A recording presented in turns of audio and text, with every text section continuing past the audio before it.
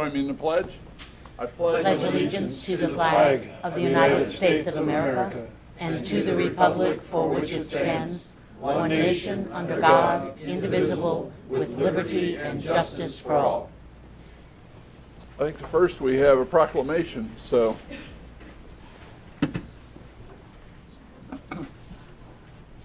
Sergeant Joshua Closser, if you please come up with us here to the podium. Sergeant Closser is here this morning.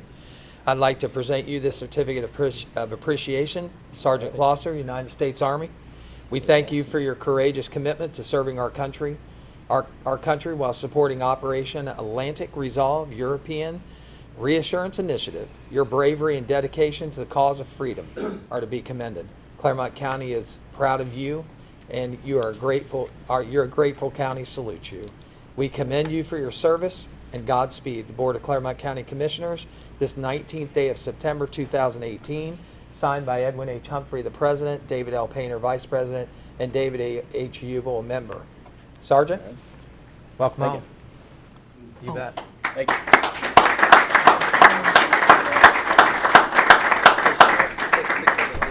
Out here? Mm-hmm. Yep. All right. Absolutely, right here in the middle.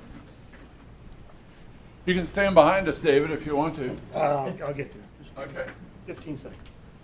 Yep. David's knee hurts, so. Everyone, 1, 2, 3. One more. 1, 2, 3.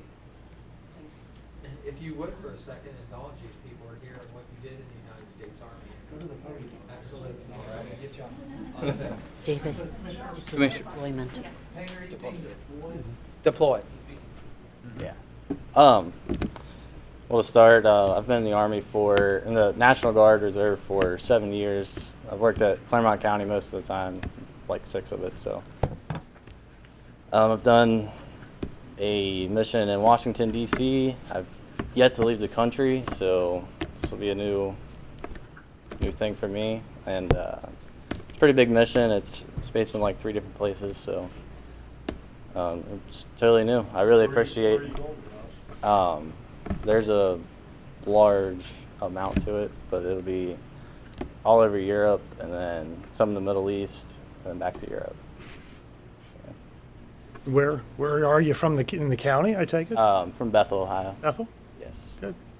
And how about your family? Your family, some of them serve in the armed forces? Yeah, my grandpa did, and then I have multiple cousins, and a lot of my family has. And you've been working for Lyle here, in water and sewer, is that it? That's right.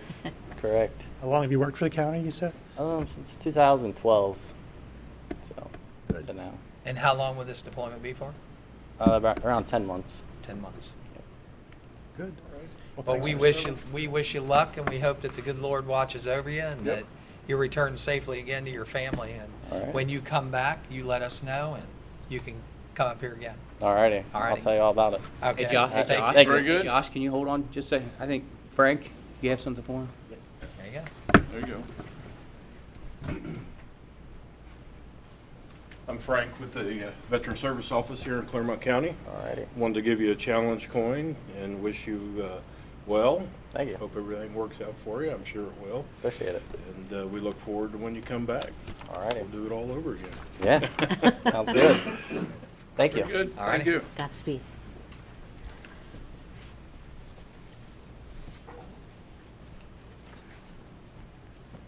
Thank you.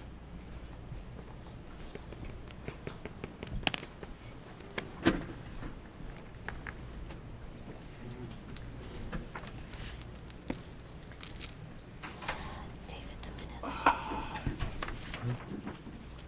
minutes. Yep, we have approval of the minutes of 9/12. Do we have a motion to approve those minutes? So moved. I wasn't here. Second, sorry.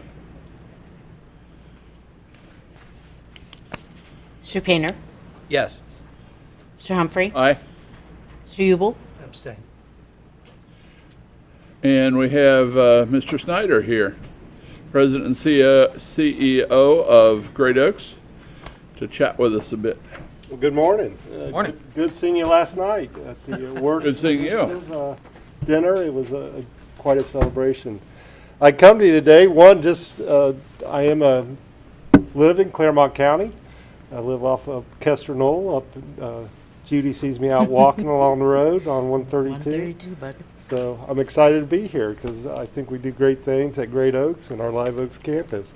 We have a levy coming up, and John and I are going out to all our county commissioners that we touch because we had an incident with a fellow career center up in Delaware that didn't get the word out to the surrounding counties about their initiative, and they missed some voters. So as we work through the Board of Elections, we want to make sure everybody knows that we're on the ballot, and that's why we're here today.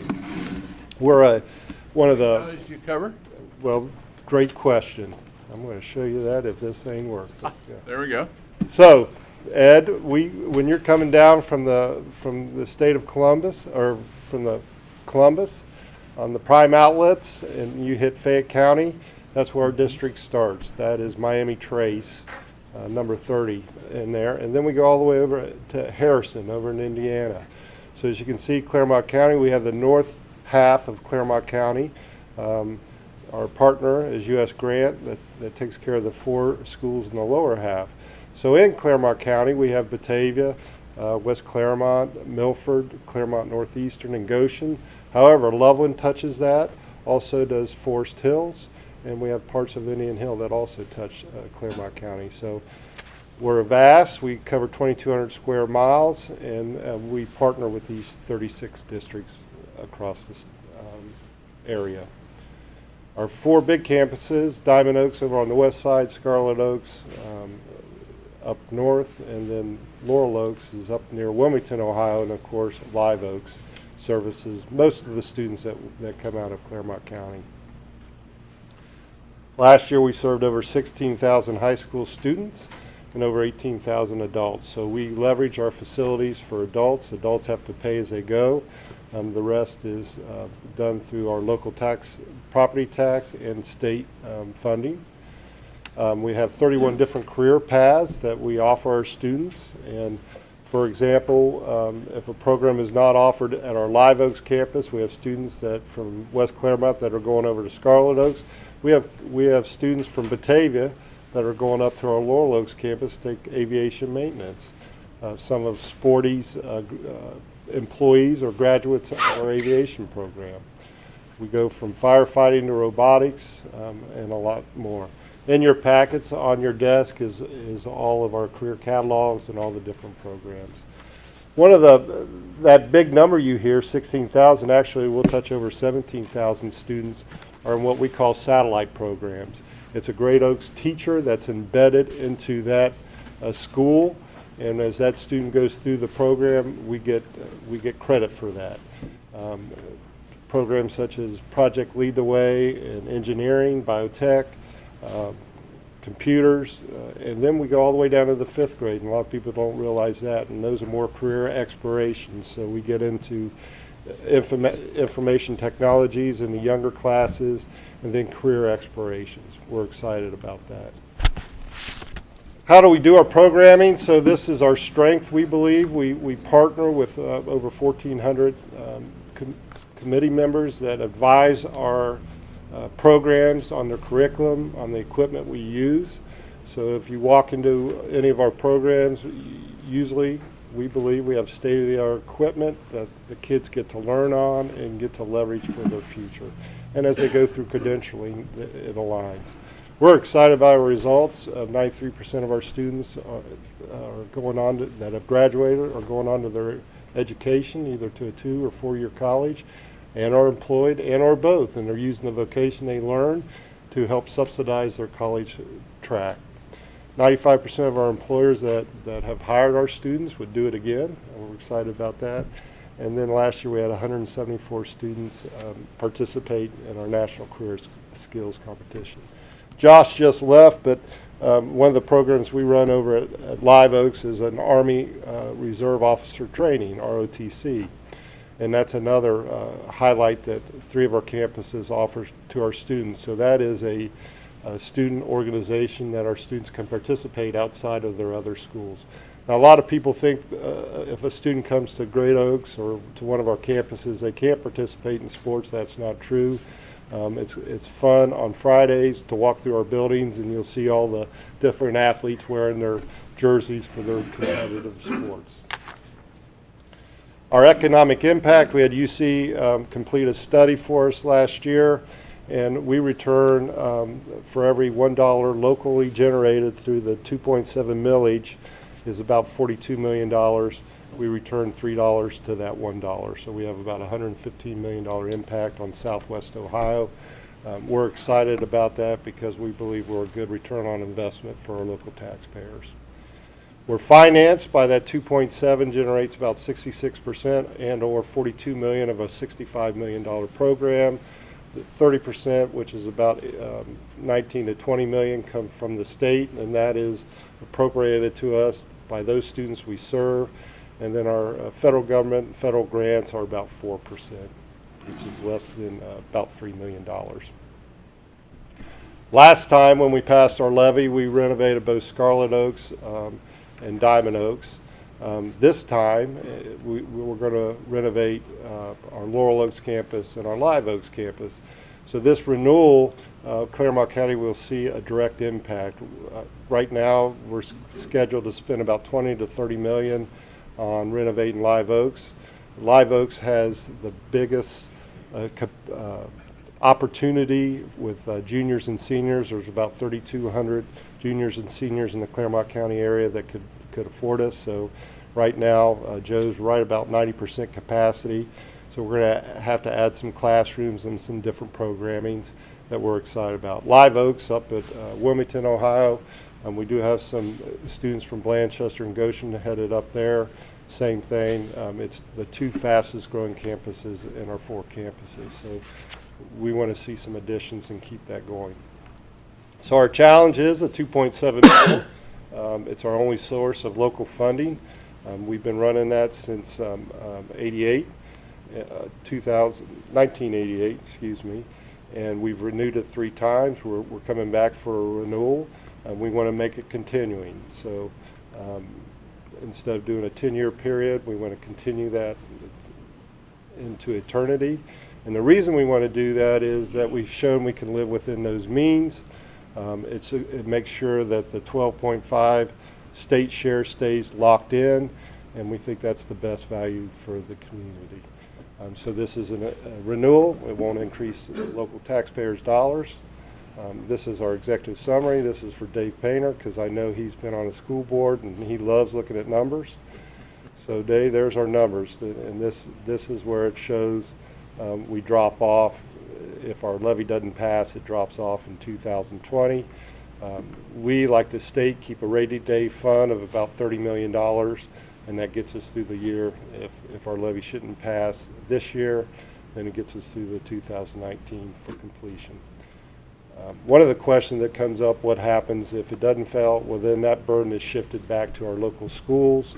And we think as a partnership, and over the last 50 years we've been in existence, we've shown we're good stewards of the taxpayer dollars, and it's been a good partnership. So why are we running our renewal now? One, this is our first opportunity. We did some surveying by the Fallon Research. 88% of the public in our district is aware of what Great Oaks is. That's up from 77%. And more importantly, our favorability has increased from 64% to 72%. We believe the message is that there's options to college, and a career and vocational training is a great opportunity for our local students to participate in. Our goal is to continue to support our communities, partner school districts, and students with relevant, effective career education. Thank you. That was my quick run through. Do you have any questions? Anybody? Gladly. Gary, the 2.7 millage, what does that represent on a $100,000? It's around $60. That's $5 a month. I don't know if you knew this, but back in the day, I was an instructor for y'all. I did know that. A lot of EMT and firefighting courses. at both Scarlet Oaks and Live Oaks. So, The Public Safety Service, Yep. when you see that big number, most of it is through our Public Safety Service recertification, so people are coming back to get their firearms. Most police officers have to have the firearm recertification. We have a range that can handle an AR-15, one of the few indoor facilities in the state that can do that. We align all of our curriculum with OPATA, and then the Fire Association also. So that's what a lot of people don't realize, that if you're getting in an ambulance, Sue Steele up at Goshen always likes to tell the story when she gets called to do an ambulance. She asks the EMTs, "Where'd you get your education?" And usually somewhere they've touched Great Oaks. So, thanks, Ed. Areas we're hearing more and more, I guess even from the top down in Washington, about the need for trade schools as opposed to college for everybody. Are you seeing that increase in population as well? Correct. We've seen an increase over the last 4 years to our campuses.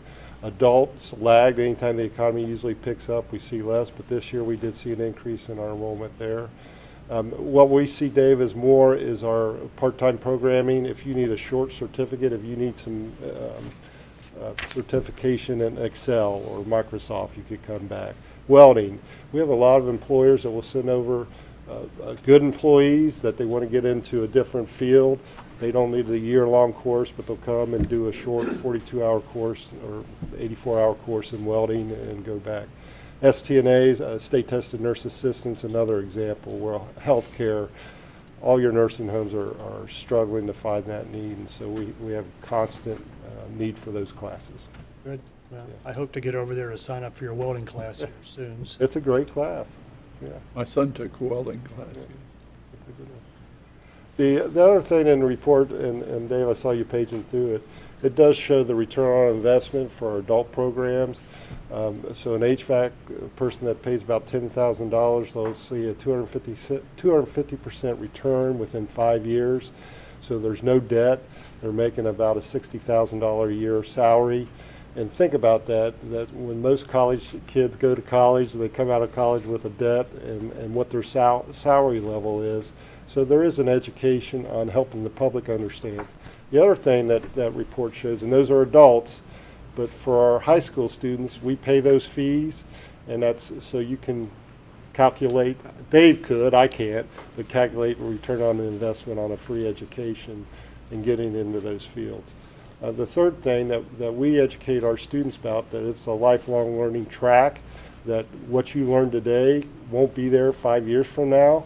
So get into a company that pays for future education, and so a lot of our students will graduate, go work with Fine Tool. Schaefer was an example last night, or American Micro Products. American Micro Products will then pay for that student to get their engineering degree into that next level. So to mom and dads, it's a good investment. Education's a good investment, and we try to give them a pathway where it's the most cost-effective way to do that. What's your take on the change in career centers? I know one of the things, not too many years ago, but there are state standards for all schools in Ohio. What's been the impact of career centers? I know one of the things was, for a long time people kind of didn't want their children to go to a career center path.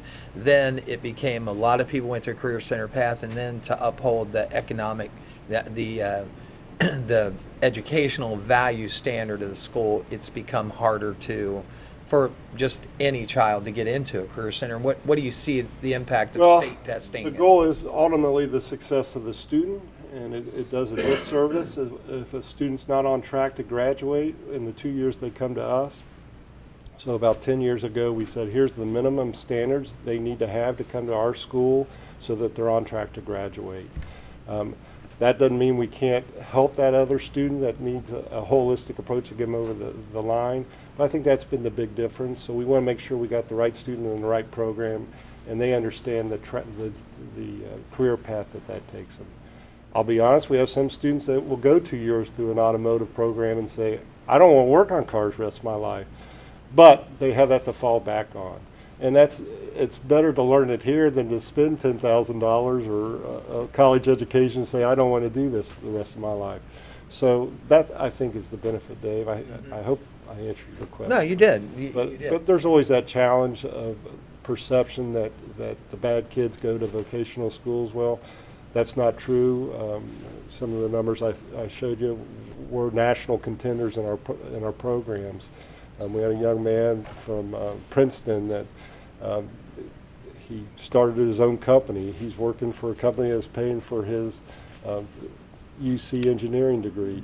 And those things, we see more and more of that happening than the others. And you knew where I came from with that. I mean, there are those students that, they need life training, life skills, some career path to be able to continue on and be, productive citizens. And career centers were always kind of the open door for that. And one of the things that the public schools are seeing is it's becoming harder and harder for those students to gain admission into a career center. That's where our satellite program, Project Lead the Way, where we can expose more students to career paths. You and I grew up in a small community. I grew up in a family hardware business. That's what I was going to do the rest of my life. So you had that pathway that you thought you were going to follow, and for whatever reason we didn't stay on that. A lot of students don't have that small town community, that opportunity to go work up at the grocery store or things. And so this gives them another pathway to do that, to explore that. So in our satellite programs, we're exposing that down all the way down to the 5th grade now, which we're excited about, and we think that's, back to your question, and we think that's why we're seeing a growth on our campuses, because parents are starting to be more comfortable with the idea that this is truly an alternative pathway. Thank Barry, you. thanks Thank you. for everything you've done. I mean, you've made this your career in public service, and the Schneider family has been a wonderful family for Clermont County over the years in public service, with your dad being our state senator, Cooper Schneider, and your Thank you. commitment to the Great Oaks. But you guys are, Well, my mom and dad's 90 and my mom's 89, and they live up at Cape May, and they're still active and bridge and getting out and about. course they and- are. Yeah. And It was fun to run into him at Outback. I hope he didn't wreck into you when you No, said no, that. no, you introduced me. That makes me nervous anytime they're, Yep, it was very nice. dad can't hear, mom can't see, so they make a good tag team. Who was the driver? Well, she still yells at him. So, Judy, I'll tell you a quick story. You know that thing, that navigation system? When we get in the back seat, my mom says, the lady says, stop at the stop sign, turn right. My mom yells at my dad, the lady says, stop at the stop sign and turn right. Because he won't believe it if she tells him the directions. Exactly. Thank you all. Thank you. And by the way, I support Okay. your levy. hi. Steve Ash, Haran Associates, Clermont County 2019 Plan Year Recommendations. All you have to do is get the computer to play.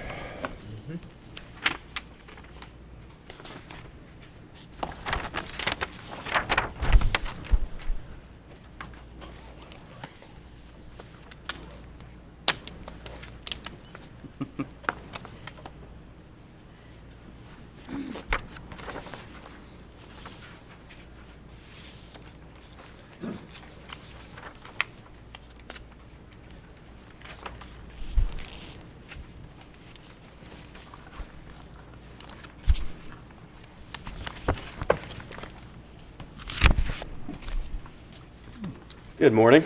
Morning. Morning. Thanks for having me. So as Commissioner Humphrey mentioned, I'm going to go over the final benefits renewal for 2019. So we'll go over a decent amount of data, and then we have a couple options that we want to run by you as well in regards to building up the reserve as well as helping pay back the general fund. So here's the agenda. Again, we'll give a quick update in the 2018 financials. We'll look at a little bit of benchmarking, and then we will go over the 2019 projected medical renewal. And again, we have a couple options that we want to run by you. Some of the recommended medical strategies for 2019 to help contain some of the costs. We'll then get into the dental, vision, and other lines of coverage as well.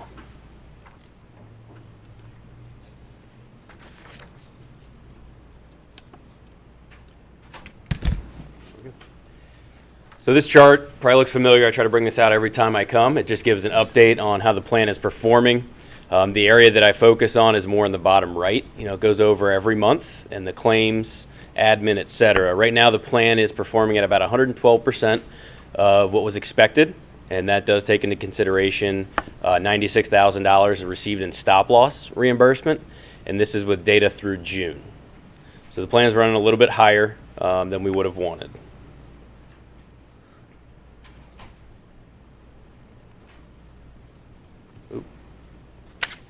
Some of the reason for the plan running a little bit higher are some higher dollar claimants that are impacting, current costs as well as the 2019 projection. So you have a higher frequency as well as a higher severity of large claimants so far this year. So that chart on the left, you can see the number of claimants year to date in 2017 through June, and then the same snapshot number of claimants year to date in 2018, again through June. So you can see at the various incremental levels, dollar ranges, you have a lot more in 2018 than you had in 17. For example, if you look at the $100,000 range, you can see at this time in 2017 you had 2, and this time in 2018 there are 9. So you can see there's been a large tick in some of the larger claimants. And then on the right-hand side at the top there, you can see the percent that they account for in total spend. Last year it was about 25% of total spend, the large claimants, and that's actually right in line with benchmarks. And then this year you can see that they're accounting for about 39% of claims over the $59,000. So giving a little perspective on how the plan is performing.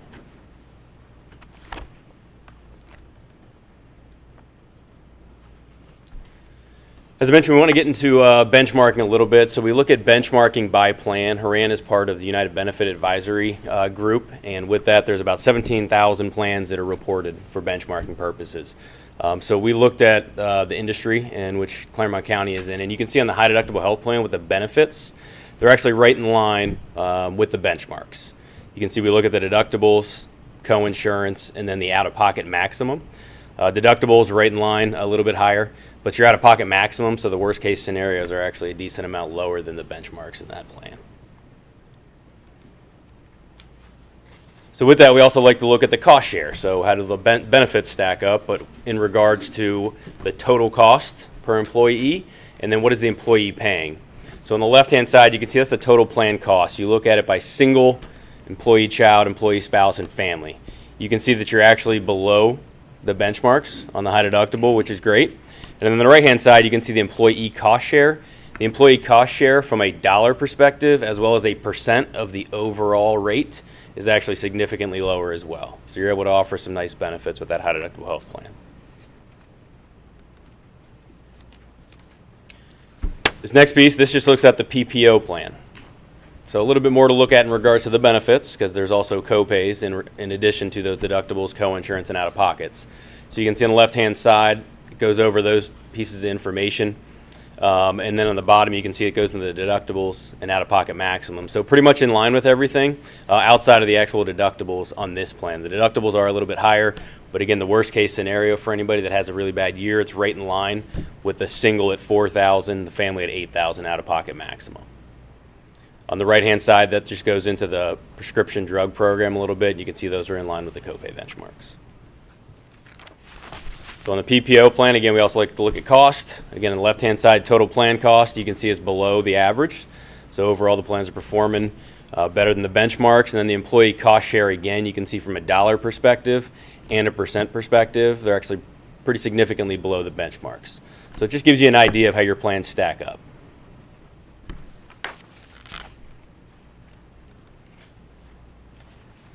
So now we're going to transition into the actual medical renewal. So as of last year's proposal, UHC again offered that 2% increase, which we talked about last time. Sun Life, we have a little bit of an update there. Initially, we were showing a 20% illustrative. We've gotten them to come down to a 15% illustrative increase. That's about $120,000. We are in the middle of the RFP. We have received some quotes. But again, the thing with the stop loss is they want data through September or October before they're going to finalize their actual rates. So it is a bit of a waiting game on that. However, we'll move forward and assuming the 15% increase with Sun Life, and hopefully, if anything, we would just get a better rate there. Aggregate stop loss, that's kind of that umbrella insurance, that's going up 10%, which is $3,000. So a little bit about the medical and the prescription drug claims projection. Claims were projected to increase 7.3%, and that was in line with national trend. So that's where we're at today. We do have some recommended plan changes to really update the plan and streamline it a little bit more to the kind of the UHC norms.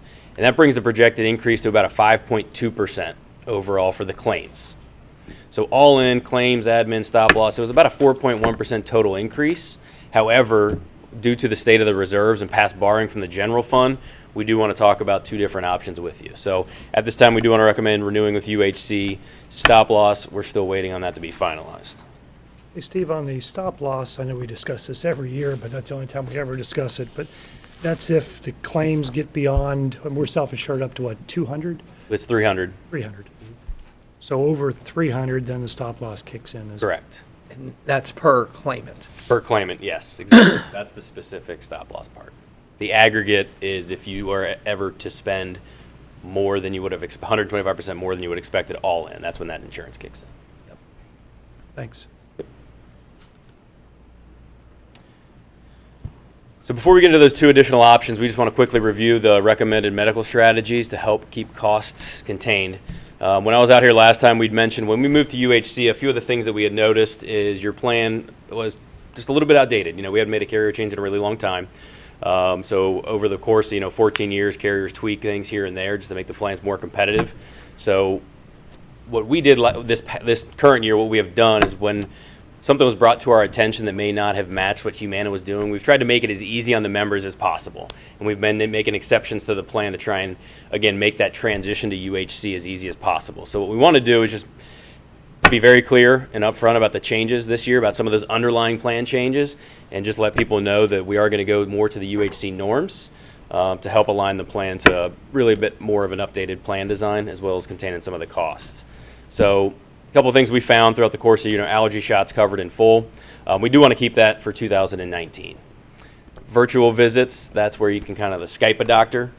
We reduced that copay this past year to make it easy, and we want to keep that in place as well because it encourages good utilization and will help offset some avoidable emergency room visits.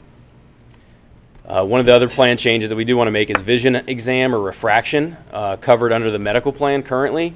The next step is we want to communicate this change that will go to UHC standard in 2019 where vision exam and refractions are not covered under the medical plan. Refractions are covered under your IMED benefit, so you already have a vision plan that helps with that coverage. And for exams for like medical needs, those will still be covered under UHC. It's just really those exams and refractions since they're already covered under the IMED plan. The other thing is there's minor surgeries and procedures that are covered in the office visit setting under the copay on the PPO plan. So basically, if you're on the PPO plan, you pay their copay. They can get certain surgeries and procedures that are covered. People on the high deductible, if you're enrolled in that, well, you're going to pay the negotiated price for that office visit, but then if they do a procedure or something else, you also have to pay for that. That's the standard. Under the PPO, again, it's all covered under that copay. So we want to communicate the change where minor surgeries and procedures will be subject to deductible coinsurance on that copay plan. So the plans are kind of level with one another. One of the other things, again, that's just a little bit older, we want to get up to date, is all lab and x-rays that are currently covered at 100%, so no deductible. We want to change that to deductible coinsurance for the lab and x-ray in the office visit setting. And outpatient is, again, a little bit more costly than the office setting. So communicate the change in 2019 that we want to get more to their standard where non-preventive labs and x-rays are going to be subject to deductible coinsurance and not covered under 100%. Which again is more of the standard as well in the industries. One other change we want to make is the applied behavior analysis. This is a little bit autism coverage, and then also dialysis as an in-network coverage only. So basically we just want to communicate that change in 2019. And currently there's no out-of-network coverage for these programs, but we just want to be proactive and get ahead of this.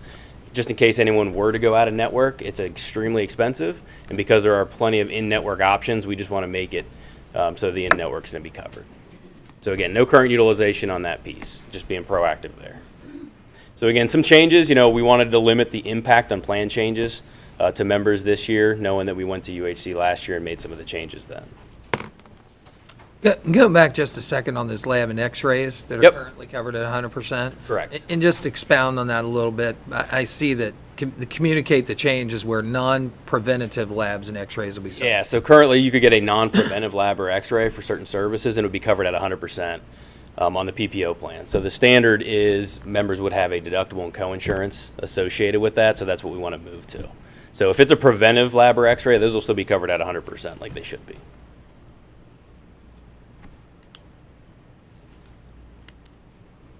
And again, those changes will accumulate about a 2% claims reduction, or about $230,000. The last change we want to talk about, and really it's basically an enhancement to the plan.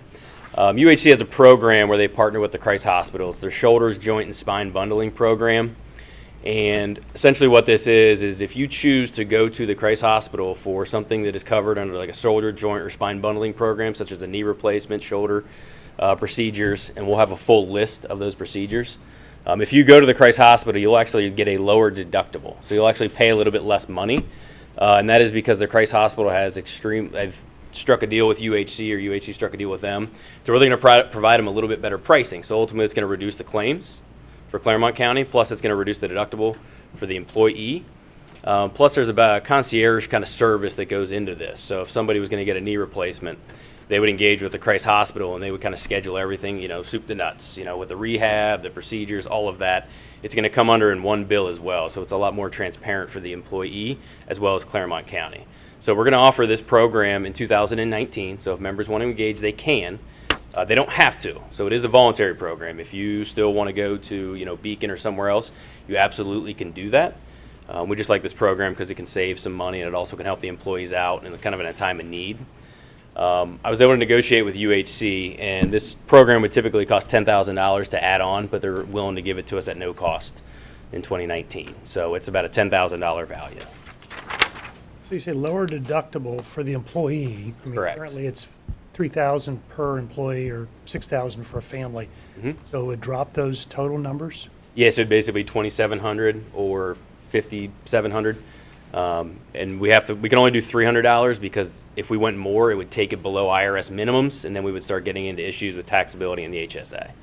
So we're going $300 across both plans. So, and it does encourage members to go there. And again, if they do go there, it'll help reduce the average cost of a knee procedure at the Christ Hospital. And the Christ Hospital is extremely reputable with very high quality outcomes. So those are the recommended medical strategies. Next, we're going to get into the fund balance update. So, as you know, and I think we've given updates the past, couple of years, is the healthcare fund borrowed about $1.2 million from the general fund, and it has been depleted with some of the larger claims costs we've seen. So, we'd like a reserve balance to be at about $1.9 million. Last year, we did add about $300,000 to help replenish that. However, as you saw several slides earlier, due to a lot of the catastrophic claims this year, they actually depleted those funds as well. Expected year-end fund balance, we want to be at $700,000. So knowing that, again, we've borrowed from the general fund and the reserves are a little bit depleted, we wanted to review two different options with you as ways to help build that up.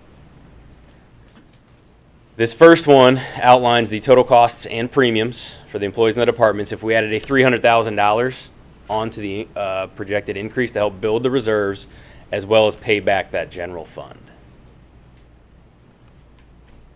So you can see the per pay increase on this $300,000 level. I don't know if there's anything to add on this one. Steve, the last column is a significant column, correct? And Yeah, the employee change. Exactly what the increase will be per pay. Yep, this is per pay. So for a single, it would be $3.45 per pay Correct. if we went with this option. Okay. Yes. Thank you.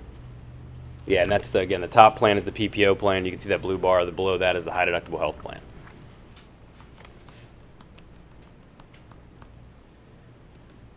So the next option that we're looking at is adding $800,000 to help build the reserve as well as pay back the general fund. And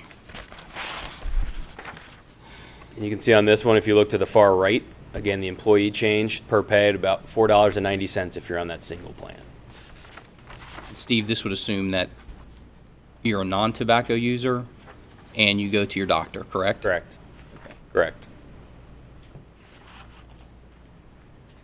So these are the two options that we wanted to present to you to get some decisions on.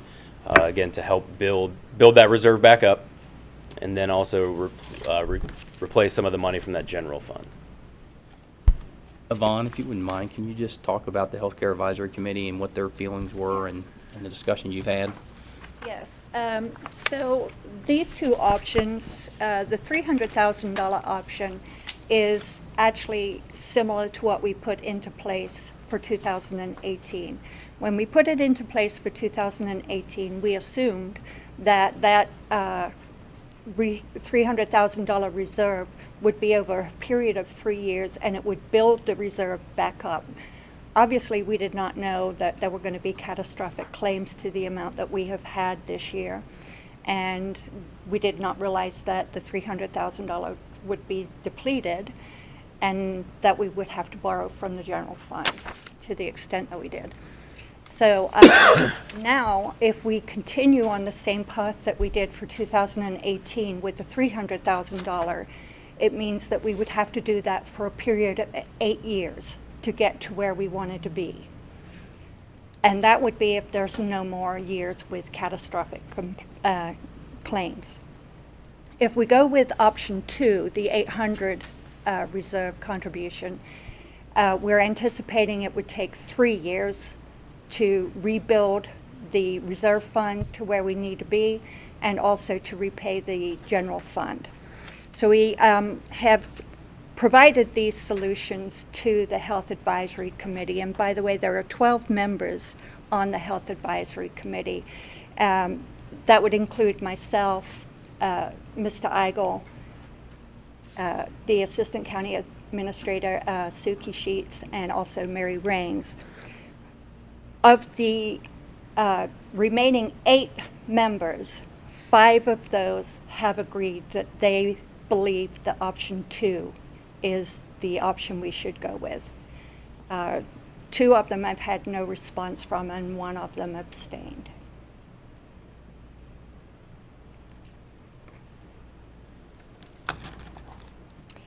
Next week, I will be presenting a motion to the board to move ahead with open enrollment and to set the rates. So I would need information from the board prior to then as to which option you would prefer to go with.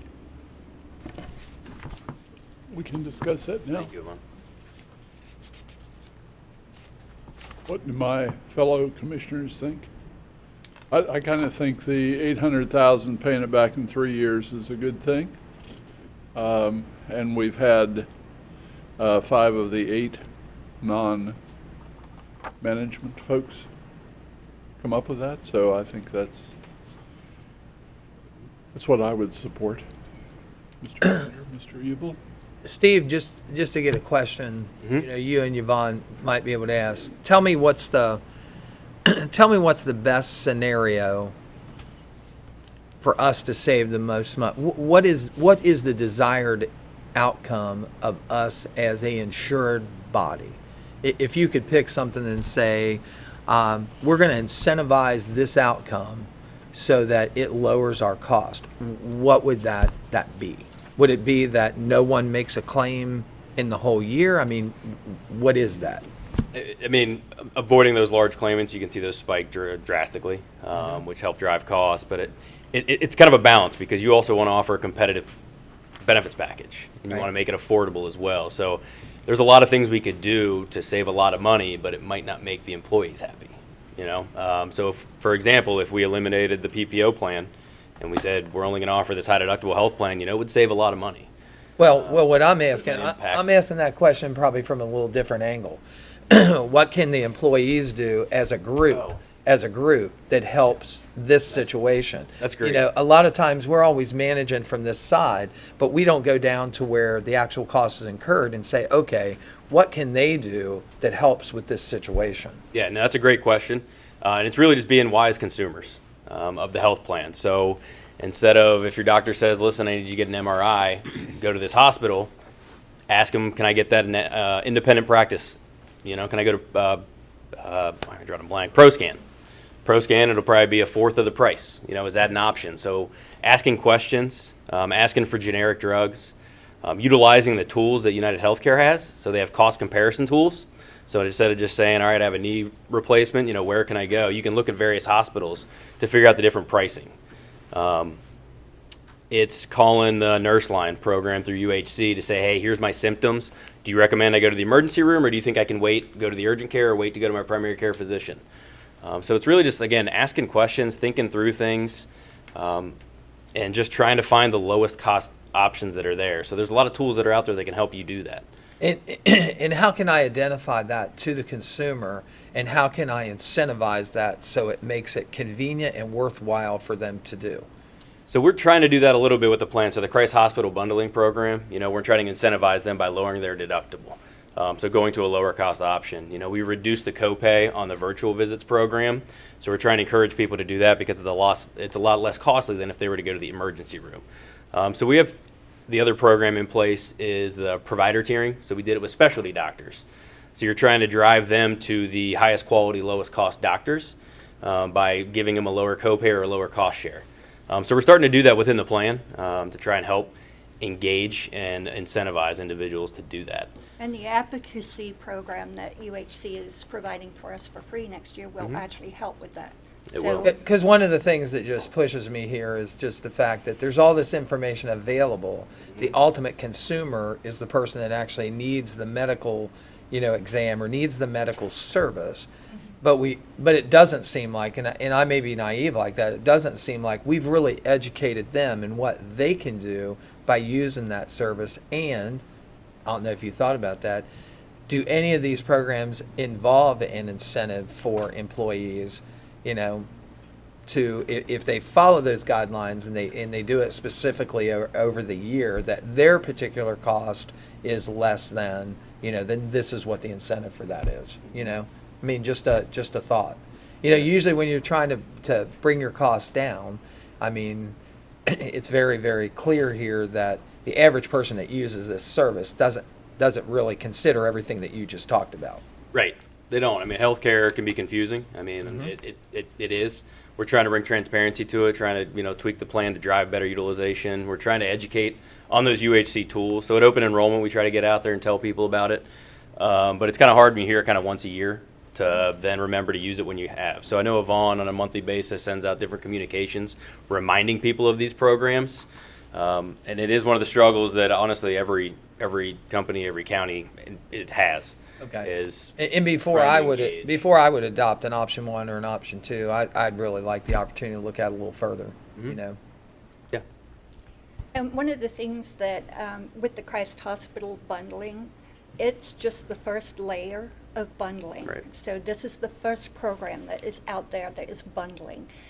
We are seeing a lot of other providers, different types of services such as maternity, start to look at the bundling process. So as those providers start offering those things, there'll be more incentive to go that way. And maybe they will be a little bit more convenient as well. Okay. Thanks. Yep. What percentage of our employees are using the high deductible plan versus the PPO? It's about 1/3, isn't it? Yeah, about there's like 27%, 30%, I think, on the high deductible health plan, about right there. 30%. But that's not available to people on my age. It is available to people who are Medicare eligible. Okay. It's just that if you are enrolled in Medicare, then you are not allowed to participate in the HSA that goes along with the high deductible plan. I was in a training earlier, actually last week, that the Health Action Council put on. And there is movement within the Senate to pass a change to that law, which would allow people who are on Medicare Part A to have an HSA. So we're hopeful that that will go through before open enrollment, because that will make things a lot easier. Sure. But one of the other things that Medicare people have to consider, or Medicare eligible people have to consider, is that the high deductible plan is not a creditable coverage plan. So that means if they take that plan, even if they're not on Medicare at that time, once they take Medicare Part D, they will pay a penalty on Part D for the rest of their life. Yep. So, That's why I stay with PPO. Yeah, so until they change that law, or raise the level. Right? And drilling down a little deeper, and you may not have these facts, Yvonne and Steve, I wouldn't expect you to know our facts, but the percentage that the employee pays for the total health care costs, if they're in the high deductible versus the PPO, I mean, is it 50-50? I mean, Oh, the no. employee puts up 50% and the county Do you puts up mean, 50%? Do you mean payroll deduction? Just percentage. The percentage cost, if you're in the high deductible plan, So the incentives. on average, what they put out versus what our cost is for that person on that high deductible plan. It's about 83-17 on some plans, 83% county, and close to 20% on some other tiers. I think that's about correct. And that's whether, and I'm sure it's different if it's high deductible versus PPO, right? Would be. Pretty, yeah. PPO pays a little bit higher percentage compared to the high deductible health plan. And that is because employees will have some higher out-of-pocket expenses up front on that high deductible health plan. So it's a little bit, I guess you could almost say riskier from an out-of-pocket standpoint than the PPO. So that's why they pay a little bit less in premiums. And that high deductible health plan is there to help also drive consumerism. Because when you're paying, if you have $3,000, you're probably a little bit more apt to maybe use one of those tools online to say, all right, where can I get this for at a lower price rather than just having to pay, say, a copay. Because if you pay a copay, well, the cost of that drug wasn't $40. The cost of that drug was actually $128. You just only paid $40. So when you're on the high deductible health plan, if you're going to pay that full $128, you may be asking, well, is there a generic available? Do you have any samples in the office that I could use? Various things like that. Go ahead. When do we have to make a decision on option 1, option 2? But next session, next Wednesday, I will be presenting a motion, and depending on what you decide is how the motion would be Okay. read. Okay. And what would happen if we had an option 3, which would require just one option, that is, we only offer the high deductible plan? How would that change the outcome? I've asked my financial analyst to look into that, just to say, like, what if we did just go to one plan? What kind of savings would that generate? Just to have an idea of what that would be. But it would really, under the current law, hurt older folks significantly. I mean, to be able to pay the higher. But that represents a very small number of our population. Okay, well, it's me, so Well, I worry about me. You and Judy, I'm sorry. Yeah. I still think that that's, I agree with it. I gotta tell you. I want the My option. experience, I've been here 22 years, and I know that a lot of people are hesitant to go with the high deductible plan because many aren't as fiscally sound, let's say, in their private life. And to go and pay that on January before they can build up their HSA, they're out of pocket. And I think Sandy Tahat would, one that kind of spoke out on that too for her employees. Sure. I serve on the committee, so that's, I think that, I think going to just a high deductible plan needs to be given a lot of thought if you're going to do that. I was on the high deductible plan until they made the changes to the federal law that caused me not to be on. The fact is that the county, me included, employees are getting older, and I think that's why you're seeing, in my opinion, some of these individuals that are now raising the cost because you refer to them as catastrophic. Well, when you're talking, the numbers that you are, I don't think that that's going to go down, in my opinion. and medical treatments themselves have increased so much.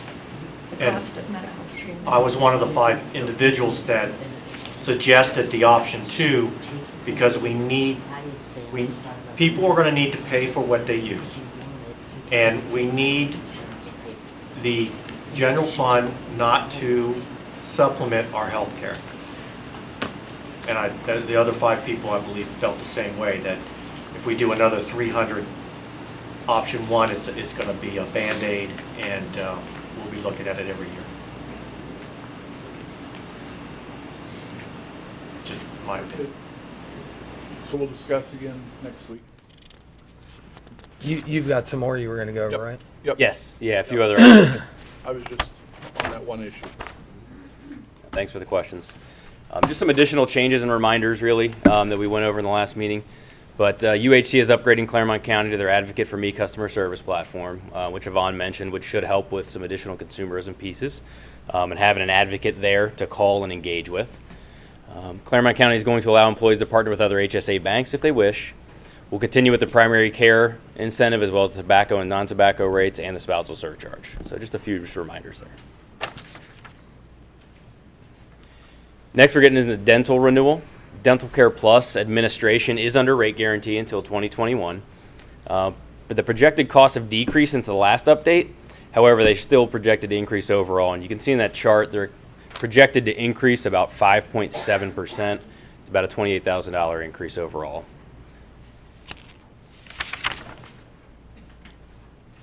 So here are the monthly dental contributions. You can see the core plan on the green and then the preventive plan in that lighter blue or gray. You can see current rates and then renewal rates. So single on the core plan is going from $24.88 on a monthly basis to $26.28.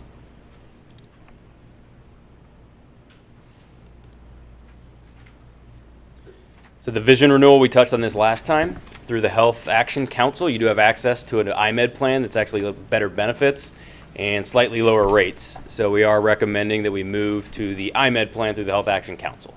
So no disruption because it's an IMED plan to an IMED plan.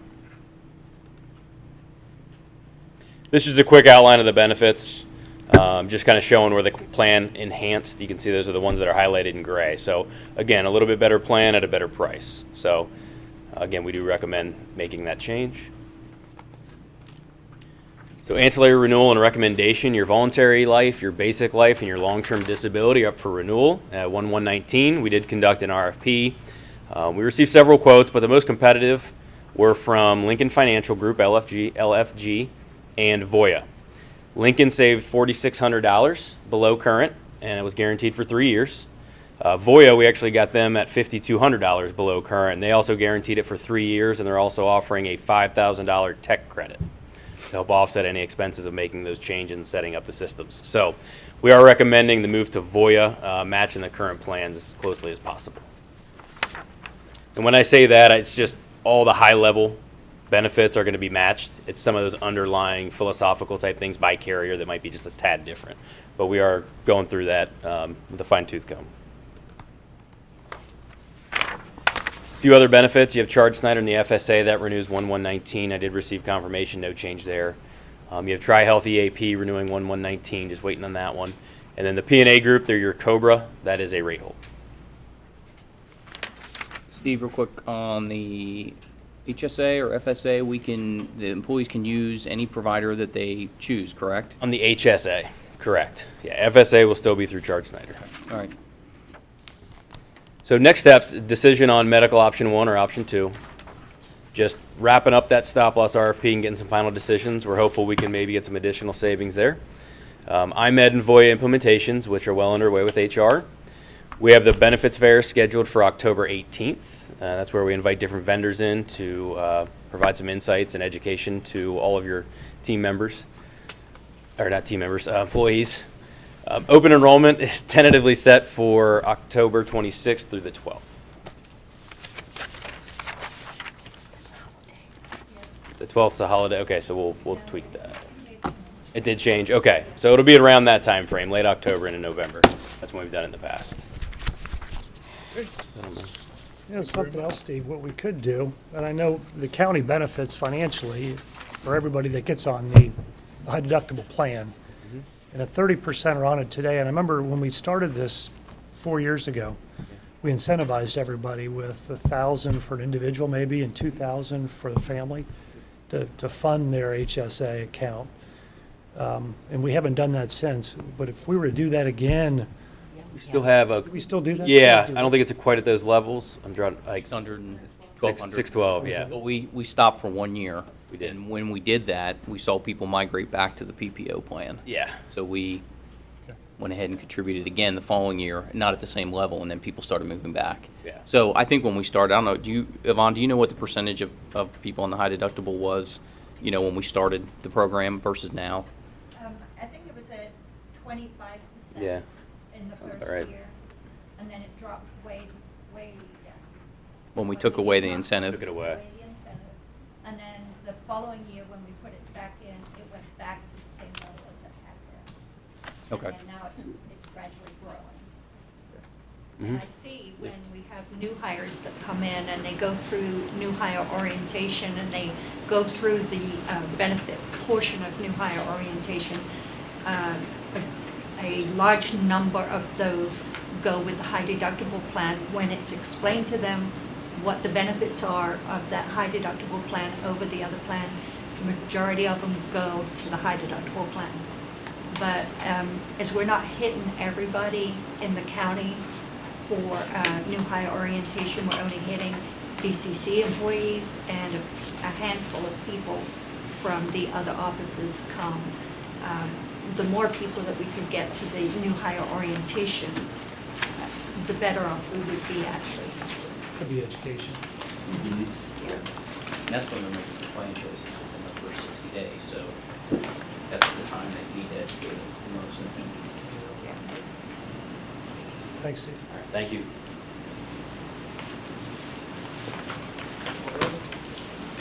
Next on our agenda is an 11 o'clock meeting with Deborah Klepper, our county recorder, to review her personal proposals pursuant to section 317-321 of the Ohio Revised Code. Morning, Morning. Deb. Deb, good to see you. Morning. Thanks for fitting me into this tight agenda, Judy. I appreciate that. I'm required by code section that Ed stated, 317.21, to come before you once every 5 years, talk about the technology fund. I know we've done a lot of things this year, and they're all kind of falling in line, so this is a good thing. This, historically, I have requested $4 per document, and what this $4 covers is the cost to the vendor, which is a per document charge, and our internet service in the past. We have renegotiated a contract and do have a new vendor now. So we have not only saved money in that area, but that has allowed me to rethink this. And actually, I'm requesting now $350 per document, per document for the 5-year term of 2019 through 2023. What the difference is, and it really will allow me to put more money with the reduction into my technology fund, is with the renegotiated or the negotiated contract price of $3 per document, and that is inclusive to our web delivery, which before we paid $1,000 a month, so that was $12,000 a year. So we're saving that. So that will allow me to pay the vendor $3 per document, and the 50 cents will go into the technology fund for travel, book restoration, additional records, hopefully in the future, soon to be put online. So you're actually reducing the cost. Yeah. Great. We don't see much of that. Making more money, put more money into the technology fund. Able to- So Because of your new system. please, All because of your all new because of system. the new system. We did go live on Monday, and it was a seamless transition to the new system. We have training available through today if anybody's interested in coming down. We've had some county offices come by that use our system a lot. So I'm open to questions. Do you have anything you'd like to discuss pertaining to this? Our citizens appreciate the reduction of costs, so thank you. This has been a good thing. The county's got more money in the general fund. We've got a great system down there, and yeah. Well, And this will be for 5 years? it's a 5-year term. And I don't believe that you have to give me an answer today, just some December 15th. So really we're here to discuss. So if you have any questions, I'd be glad to answer them. Sounds like fine. Fine with me. Good to me. Perfect. Need a resolution, I presume, on the next, By December 15th. yep. Okay. Thank you very much. Thank you. Appreciate it. Thanks for coming. Thank you.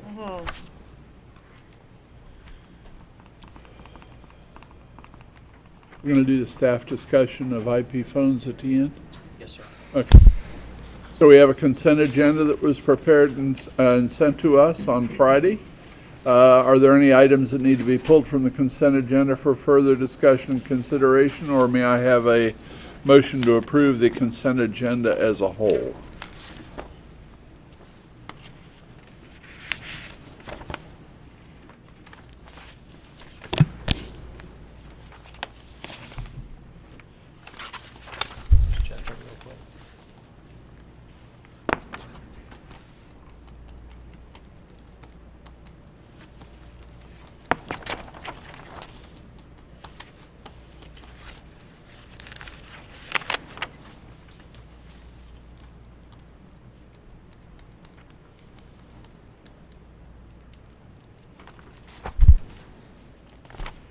I'll make the motion to approve the consent agenda as shown. Is there a second? Second. Any discussion? All in favor? You get to roll call. There is no all in favor, say aye. What a shame.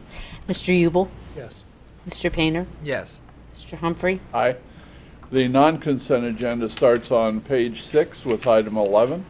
And item 11 is a resolution to pay our bills in the amount of $860,509.51. Do we have a motion to pass resolution 149-18? So moved. I'll second the motion. Mr. Painter? Yes. Mr. Ubel? Yes. Mr. Humphrey? Aye. Item 12.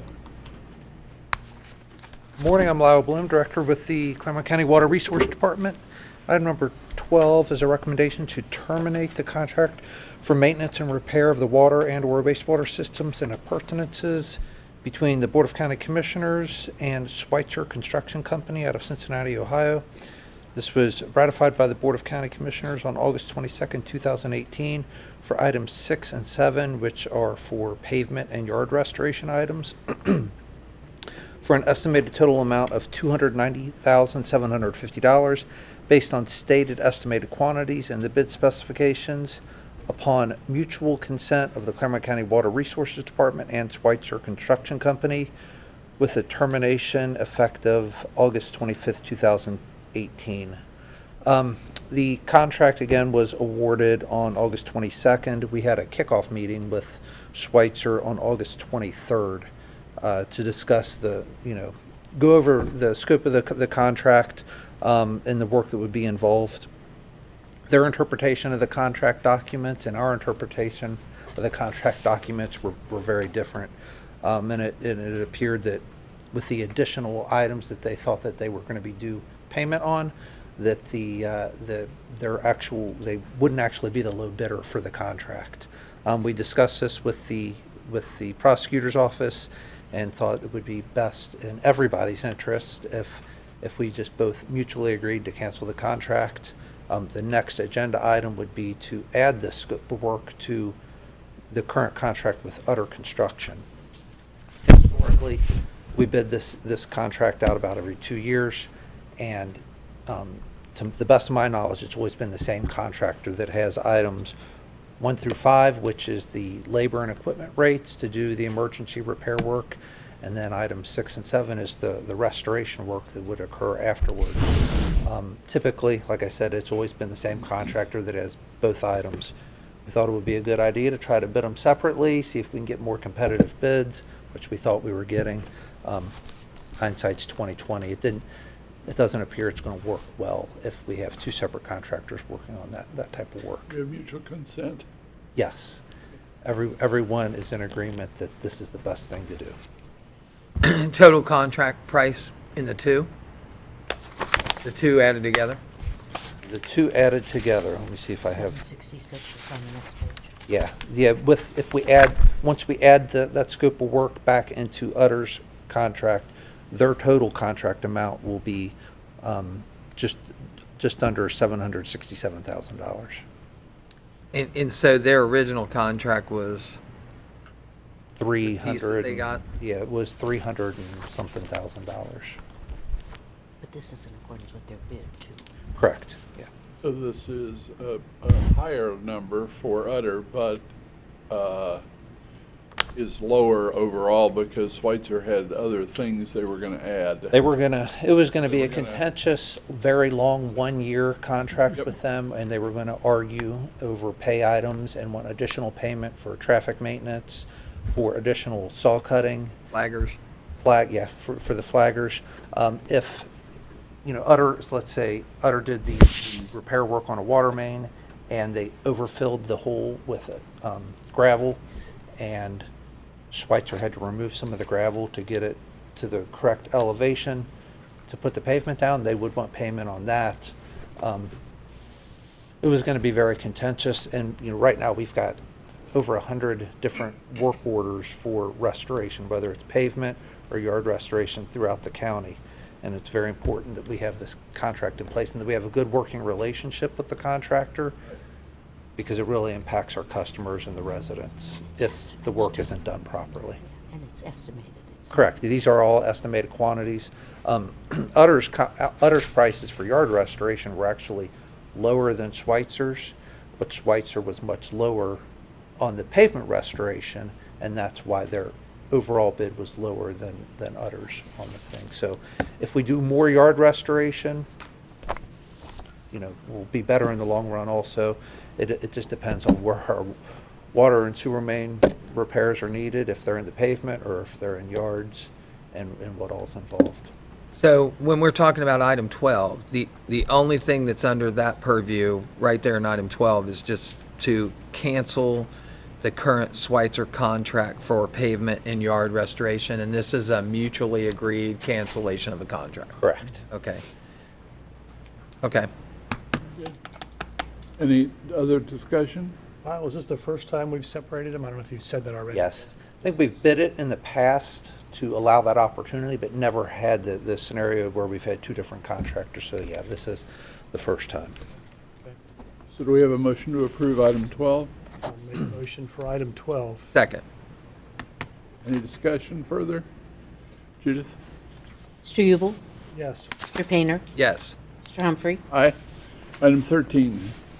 Item 13 is a recommendation to execute change order number 1 to the contract for maintenance and repair of the water and/or wastewater systems and appurtenances between the Board of County Commissioners and Utter Construction Incorporated out of Bethel, Ohio.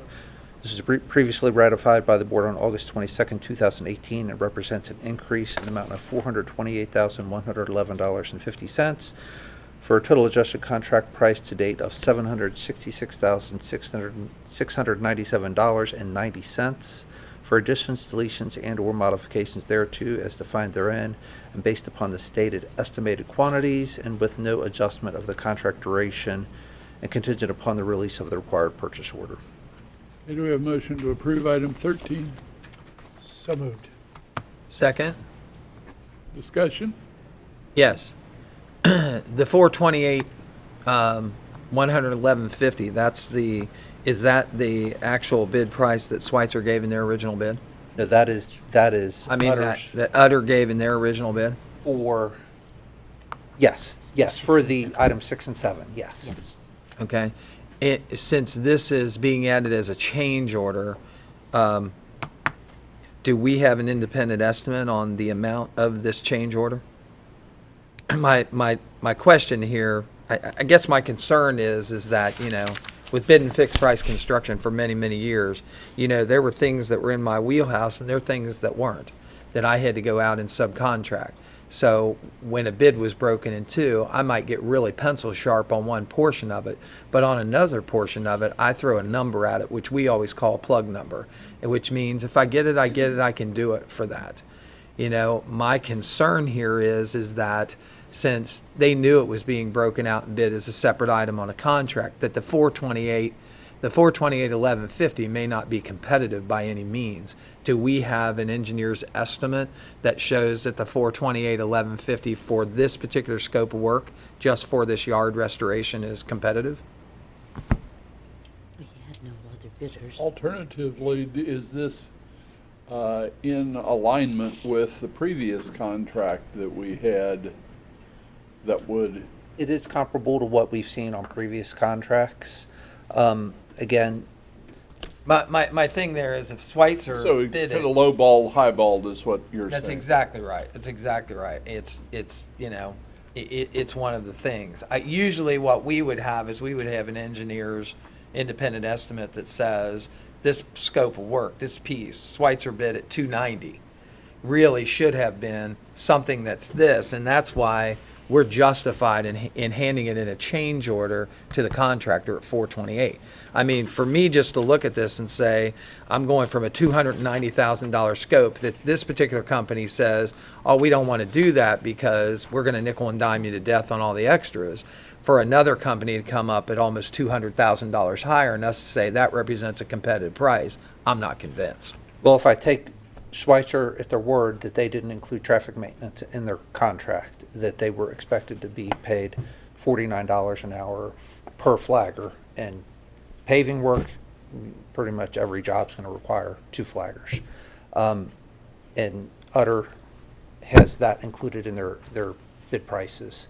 They're under the impression, as they've been in the past, that the traffic maintenance on paving jobs and yard restoration is included in that unit price.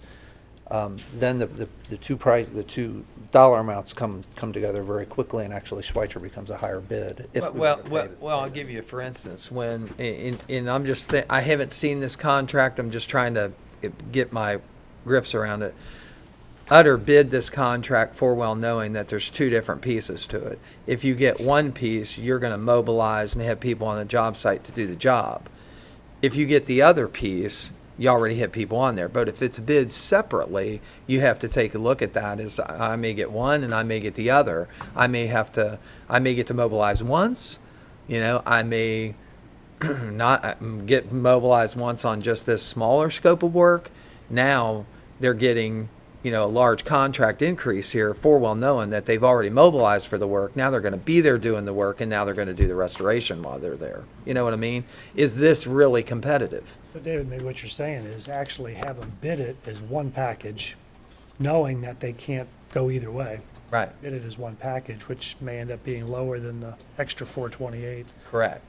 Although when they go out and fix a main break, Yeah. they mobilize to do that. When they do the restoration, whether it's one contract or 2, it's a separate mobilization. They don't do the restoration the same time that they're there, It's afterwards. right after the main break's repaired. It's usually 3, 4, sometimes unfortunately more, longer before they can actually come back and do the yard restoration or the pavement restoration. Understood. So so they've always done that as 2. yeah, and that's why we thought it would be good to bid it separate. It's really 2 different scopes of work. But again, there's some confusion on what we thought was included in the contract prices and what Schweitzer So included. last year, Lyle, what did Utter charge total for both? Because they did both last year, right?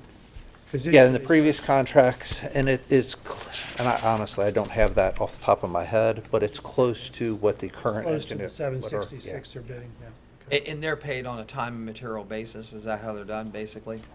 For the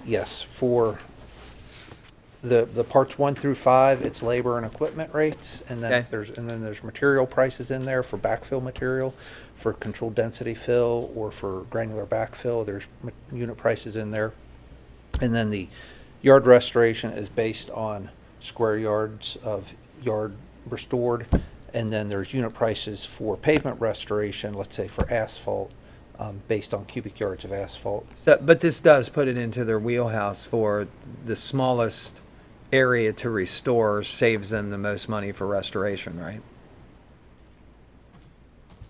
In other words, as a follow-on contractor, if I'm doing the cutting through the pavement and I'm going to do the restoration, I'm only going to cut minimal of what I need to make the restoration. There's not another company following on, it's me following on. So I want to make it my lowest cost possible.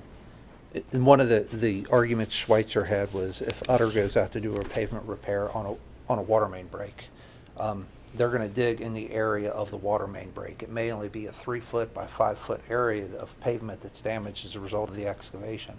Right. That's all they expected to repair, whereas during the main break, it may have undermined 20 feet of pavement. You may go down and pick the valve up, and that's not where the break is. The break is, another 7 feet on down. You pull more pavement up. I mean, everything gets bigger. Yeah, well, and then we're sometimes at the mercy of whoever is supervising the pavement that we're working in. If it's the county engineer or a township or ODOT, they're gonna come out and say, you need to repave this portion of the asphalt. Schweitzer's argument was, no, we're only including this small area in our price. If you want us to saw cut and remove all that additional pavement, that's going to be extra beyond what's already in the unit price. When Utter does this restoration, they do the restoration themselves, or they subcontract it out? Vast majority of it they do themselves. If it's a very large paving job, they will sub that out. Schweitzer a paving company? No. And they were they were going to do the small ones themselves. If it's a real big job, they said, we're going to sub that out to the big guys. Okay. So in the But the way, go ahead. So in the future, we're going to combine these two and not. I think in the future, unless we really nail down the specification and can try to sort out all these potential conflicts, but otherwise, I think we'll just bid it as one contract. Well, I think for the discussion process that you've brought out right here, that's a great path forward, because that keeps the original contractor that's actually doing the repair work, he's going to keep that to a minimum, and so it's going to be advantageous to you. No question about it. Okay. Any other discussion? Call for the question.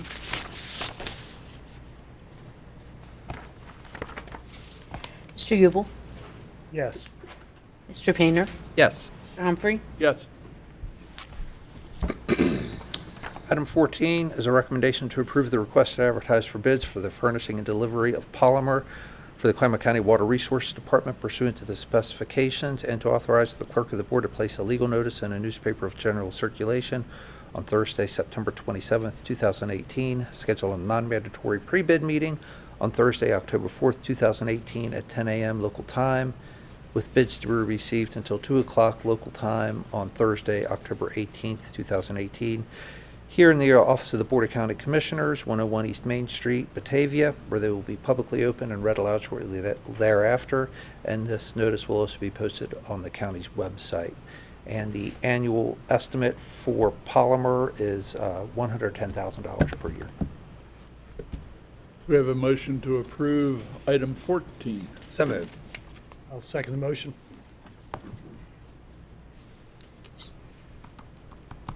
Discussion? Sorry, Judith. Mr. Painter? Yes. Mr. Ubel? Yes. Mr. Humphrey? Aye. Thank you. Thanks, Al.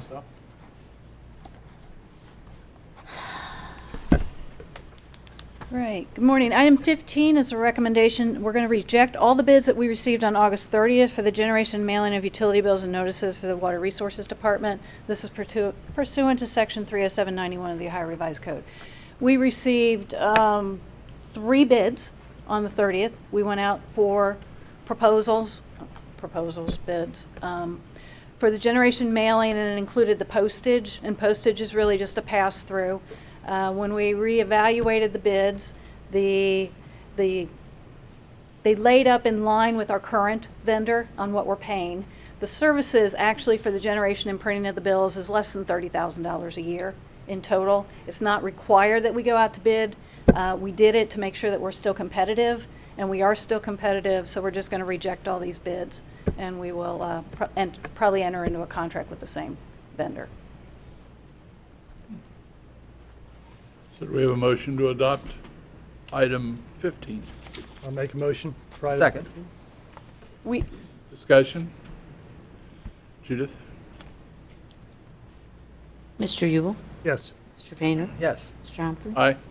Item 16. Just a further clarification of 15, what we've decided in talking to the prosecutor is that in the future on these contracts, we will reevaluate every year. We have a group of people that do this service. We'll just get quotes from them just to make sure we're still in line and getting the best deal we can for our ratepayers. So the regular that was only $30,000. That The rest other of part it's is postage, and right. postage is a pass-through. The only benefit that one vendor may be able to provide to another is they might be able to group the bills together. Well, depending on how big that group is, the postage is actually going to be, because it's based on weight, it's going to be a little bit higher. And we'd have to do some things in our system to be able to allow them to do that, as far as giving them the information on which bills can go to the same property. Okay.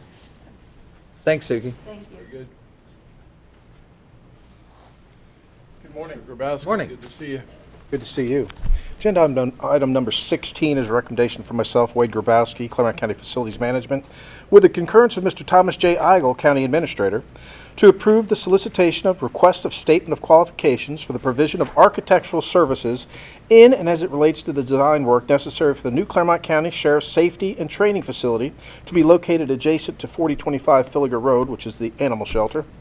Pursuant to and in compliance with Section 153.67 of the Ohio Revised Code, and in accordance with the scope of services as identified in Exhibit A, attached thereto and made a part thereof, with said qualifications to be received until 12 noon Eastern Standard Time on Friday, October 19th, 2018, in the office of the Board of County Commissioners, 101 Main, Batavia, Ohio. This notice will also be published in the Clermont Sun on Thursday, September 27th, 2018, and posted on the Clermont County's website. Okay, do we have a motion to approve item 16?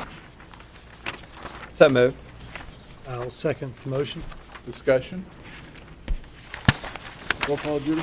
Mr. Ubel? Yes. Mr. Painter? Yes. Mr. Humphrey? Aye. Thank you. Thank you. Item 17. We get that building underway. Good morning. Yes, sir. Morning.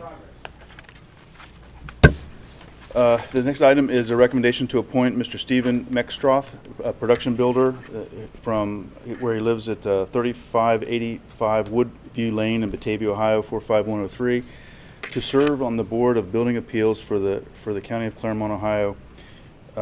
He would be succeeding Mr. Bill Kaufholz thereon for the term beginning 10/1/2018 through 9/30/2023.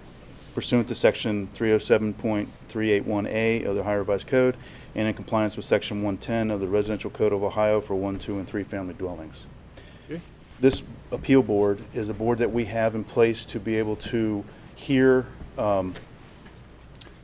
appeals to decisions made by the building department.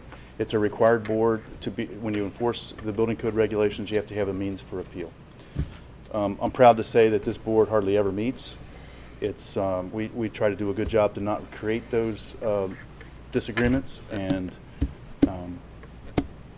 but Steve is a resident of Clermont County. He currently works for Fisher, as I understand it. He's worked his way up from a field supervisor up into management. He was highly recommended by Bill Kaufholz, who I respect as a builder in the area of Greater Cincinnati and Ohio. Okay, do we have a motion to approve item 17? So moved. I'll second the motion. Discussion? Sounds good? Mr. Painter? Yes. Mr. Ubel? Yes. Mr. Humphrey? Aye. Thank you very much. Thank you. Thanks, Carl. Thanks, Carl. Item 18. Item 18 is a recommendation to execute record plat number 6293076, and this is for the replat of lots in the McLean's Garden Home subdivision located within Union Township. Okay, do we have a motion to execute the record plat as contained in item 18? So moved. Second. Discussion? Judith? Mr. Ubel? Yes. Mr. Painter? Yes. Mr. Humphrey? Aye. Item 19. 19 is a recommendation to execute record plat number 6293077, and this is for the replat of the lot in the Glenview subdivision located within Union Township. Okay, do we have a motion to execute the record plat as contained in item 19? So moved. I'll second the motion. Discussion? Judith? Mr. Painter? Yes. Mr. Ubel? Yes. Mr. Humphrey? Aye. Item 20. 20 is a recommendation to execute record plat number 6293078, and this is for the replat of a lot in the Mamie Klepper subdivision. Okay, do we have a motion to execute the record plat as contained in item 20? So moved. Second. Discussion? Judith? Mr. Ubel? Yes. Mr. Painter? Yes. Mr. Humphrey? Aye. Item 21. 21 is a recommendation to authorize Commissioner Humphrey, President of the Board, to execute a satisfaction of mortgage and authorize the recorder to release the mortgage of record as it relates to the septic system rehabilitation financing program. And this is for the property at 5172 Monterey Maple Grove Road in Batavia. Do we have a motion to execute satisfaction of mortgage as contained in item 21? So moved. I'll second the motion. Discussion? Judith? Mr. Painter? Yes. Mr. Ubel? Yes. Mr. Humphrey? Aye. Item 22? 22 is a recommendation to authorize Commissioner Humphrey, President of the Board, to execute a satisfaction of mortgage and authorize the recorder to release the mortgage of record as it relates to the Clermont County Community Housing Improvement Program, the CHIP program. And this is for the property at 516 Loveland Miamiville Road in Loveland, Ohio. Okay. Do we have a motion to execute satisfaction of mortgage and other items as contained in item 22? I'll make a motion for item 22. Second. Discussion? Judith? Mr. Ubel? Yes. Mr. Painter? Yes. Mr. Humphrey? Aye. Item 23? Item 23 are a few supplemental appropriations this week. First, in general fund juvenile detention, we have a retirement, so we're going to appropriate $15,787.27 for salaries and $6,249.60 for retirement payout. In probate court, we also have a retirement, and we're going to appropriate $11,842.30 in regular salaries. In the sheriff administration and the sheriff road patrol, both other expenses, we have donated funds that come in, and they're restricted donations to be used for the sheriff's office. So we're going to appropriate those. In admin, it's $1,193.25, and in road patrol, it's $3,250.12. Then we have the juvenile VOCA grant, other expenses, $40,000 increase. Juvenile VOCA grant is not completely appropriated. This will appropriate the rest of their balances in order to pay CASA for their services that they do under the grant.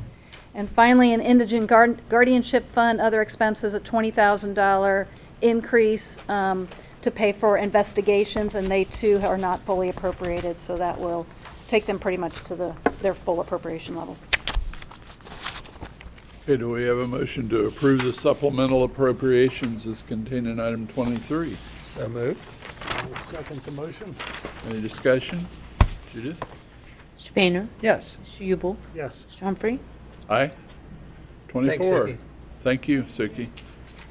24 is a recommendation to adopt resolution number 150-18, resolving to support the County Commissioners Association of Ohio initiative for Stronger Counties, Stronger Partnerships, Stronger Ohio, and specifically requesting the state of Ohio to, 1, restore the $166 million annual Medicaid managed care organization revenue lost to counties, 2, to restore the local government fund to its previous statutory level of 3.68% of the general fund revenue taxes, thereby creating an additional $145 million annually for counties, and 3, to establish and fund a special state line item for counties to pay for a portion of the increased costs related to the explosive growth of the opiate epidemic crisis, and 4, to assume total responsibility for indigent defense, thereby ceasing the requirement of its counties to bear 50% or more of the cost therefor. So this is in conjunction with the Stronger County, Stronger Ohio initiative that was put out by CCAO, and more information is in the 2018 Candidates Briefing Guide. And so they're encouraging elected officials to talk with their legislators about supporting these initiatives. There's a lot more information in the packet. Ed, do you have anything additional you'd like to add? Do not. Okay. Do we have a motion to adopt resolution 150-18? I'll make a motion for item 24. Second. For discussion, I'd like to see if we could get this also to become a discussion point for the race for governor. And seeing if at this point we can get both governors to agree that this is needed. CCAO did talk with each governor, invited them to the Board of Directors meeting, and talked to them about these points. Okay. Yes. Good. My understanding, if that is correct, is one agreed that he will review the situation, but one other governor candidate said he would restore the situation. Was that correct? Yep. Kathleen, is there press release or anything that I have, they had recommended? I have a press release that's ready to go out that CCAO put out that I added some local information.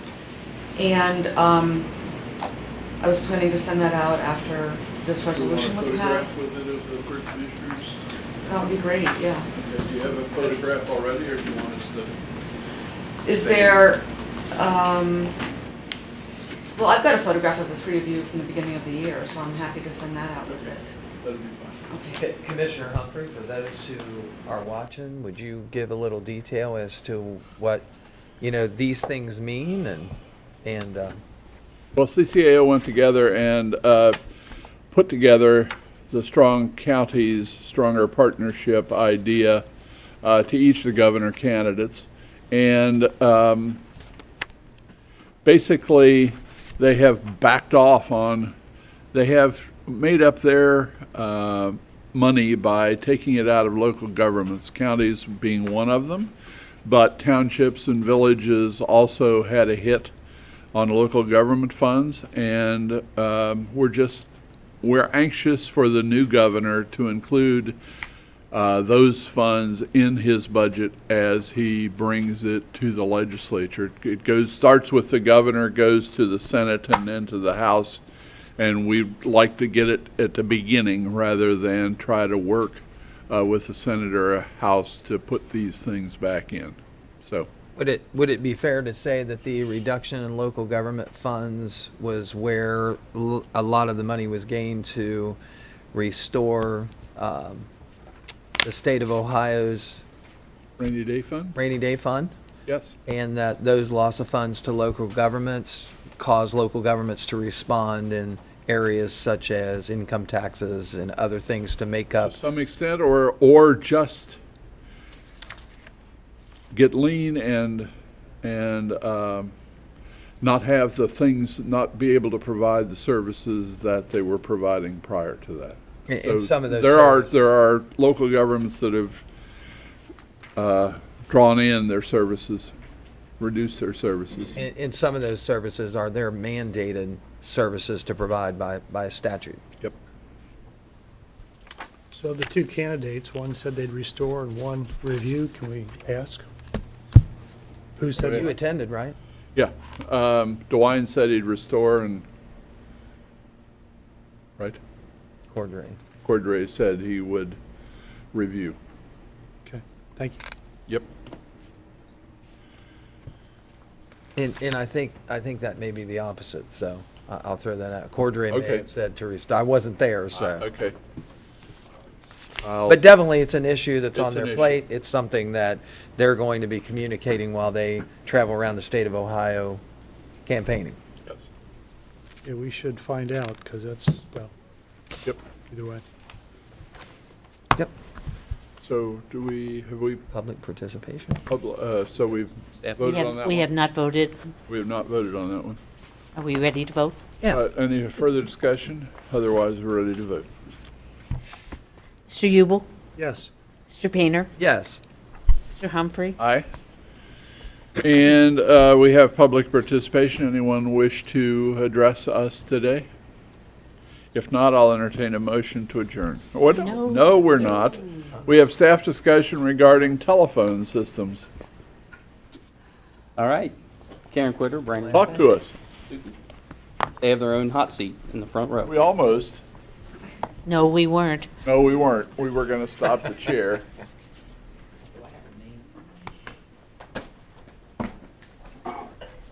We got a table and everything.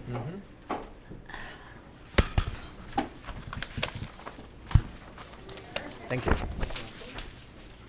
Thank you.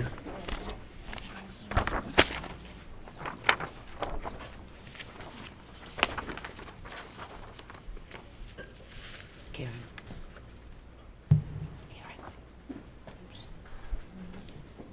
So, Brandon, do you want to get started, or Karen? Who wants to start this off? All right, so in 1994, the telephone company was established as an internal service fund, and in 2002 it was name was changed to TTD, or Telecommunication Division, to develop a countywide approach to telephony, including a one-stop shop for all types of voice requirements, including but not limited to landlines, cell phones, pagers, voicemail, and auto attendants. TTD was created to be self-sufficient both operationally and through upgrades, replacements via capital budget, but TTD no longer contributes revenues to a separate capital budget.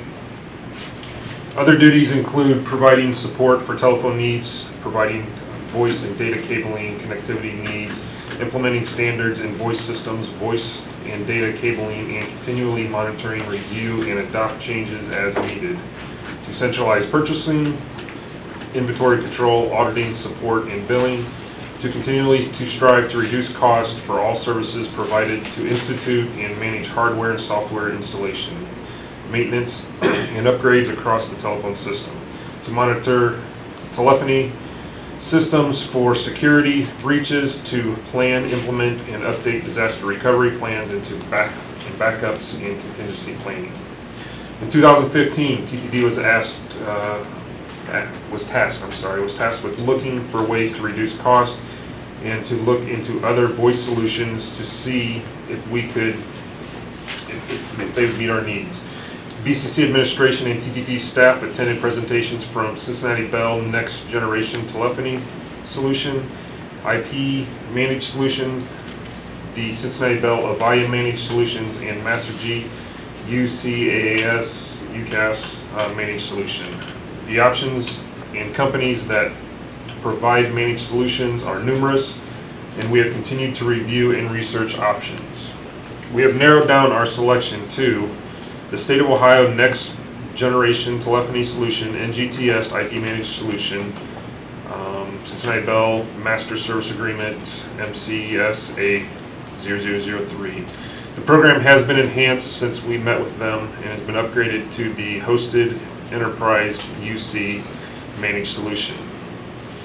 The other option that we have narrowed it down to is the Avaya upgrade, an upgrade of our current solution. The difference between these two systems is that the HEUC solution is an off-premises VoIP, voice over IP protocol hosted solution running on Cisco equipment, and the Avaya solution is an on-premise solution with VoIP, digital, and analog running on Avaya equipment. So basically, you want to go over these? Does anybody have any questions on that? You understand? I understand what you're saying. Which one is the most cost effective? Turn the page, sir. All right, I led you right into it, huh? Keep in mind that when you look at these numbers are not written in stone. These numbers were based on where we stood in March of this year to do an apples to apples comparison if we would switch. Every day we do moves, adds, and changes to the current system, putting in phones, taking out phones, so those numbers change on a daily basis. So we just kept the numbers the same, didn't change anything from March. The top item is the on-premise Avaya model, which is what we currently have. You can go straight to the number and look at a 5-year total to just upgrade what we currently have is about $2.6 million. The off-prem solution is the hosted model, and to move completely to that model, it's about $3.2 million. There's lots of parcels, pieces, and puzzles in this thing that would have to take place. Certain things stay. For instance, we have connectivity issues all across the county that have to be included in both of these models no matter what we do. We have hardware, we have one-time purchasing. If we go to the off-prem Cisco solution, that there is a total retrain of not only TTD staff but the entire county, because it's a brand new phone, brand new way of doing business. Yes, you still pick up the phone and get dial tone, but there are other features and functions that are new. Any questions on the numbers and the explanations there? I figure you can read, I don't want to. The other assumption you had to make is on the off-prem hosted, they price them based on the type of service that you want with your phone. Correct. And they call them profiles. That's what you'll see under this new hosted profile endpoint, that $1.3 million. she had to assume a certain quantity of different types of profiles. You know, the actual one, if we went to this, could potentially vary depending on what the departments really wanted. But Karen, with her knowledge of the system, had to make an assumption. So we on used that. exactly what was in place now to try to do apples to apples. Wasn't there, I can't remember now, wasn't there some compatibility advantages to one versus the other? Somebody talked about the Ohio State system. Is that something you know about, Ed, or? There's not a compatibility issue. The one item on here is on the Ohio State term contract. That's what was previously called back in 15 the NGTS solution. Is now the HEU solution. Yes. The compatibility issue was the level of network that we had here, and did we have Cat 3, 4, okay. 5? That was the That's additional compatibility work issue. that's required. That's one of the cons listed on the next page. Okay. Yes. Okay. So is it fair to say that the off-premises hosted system is more compatible with that, or less, or same amount of work? It's neither. It's Okay. the amount of money, the amount of time, and the amount of work that has to be put in for either move to Cisco or upgrade the current Avaya. There are, what he's really trying to say is there are portions of the Family Support Center building that we have not touched in a good 10 to 15 years, which means the wiring in there is not compatible with a voice over IP system. It's not the higher speed. It won't even run. It just won't even work. So we have to go in and pull all that out, run all new wiring, which means disruption to staff, cabling cost, staff time cost. People will be displaced from their workstations. I'm sorry, Yes. sir. Cabling cost is in this. Yes, Yeah, it is. it's under, there's two items on each of the options that are really one-time cost. Okay, on the Avaya, it's the upgrade cost. And on the hosted, the rewiring is one of those costs, and the other is just to buy new phone sets. And when we had the problem with the phone system, and that's Avaya currently, was there a problem getting some material hardware or something? Wasn't there a challenge in that? Are you talking about the one that happened in January? Yeah. Wasn't that the Armageddon of the phone system that we're talking about? I have to tell you, that's the first time I've had anything like that happen to me in my entire career here. It was a matter of Avaya at the top was working with Cincinnati Bell local to try to figure out what the issue was, and then Cincinnati Bell went and got equipment out of their stock, to get us back online. And nobody still knows what bug or animal got in there and just decided to take us down. Okay. Still don't know. On the next page, very briefly, I've just listed pros and cons for both systems. If you go with the hosted IP system, there are pros. And some of these items that I've listed here, and I'm going to be completely honest with you, I'm reaching the end of my career here. One of my staff is also close to the end, so I'm trying to be proactive and get the county in a better position. Don't know how long we're going to stay. Cannot give you dates and times. But we need to look to the future to see, whether you want to look to replacing staff, reassigning staff, bring in another company to manage the system, if we decide to go. You don't know. Not going to live forever, that's for sure. So some of those items, include the fact that some of us staff may not be here, so there's no knowledge base. You won't have that here to run and manage these systems. Other pros to the IP system is that everything is done by the provider. Whoever you contract with, they do all the upgrades themselves. There would really be no TTD involvement other than babysitting, so to speak.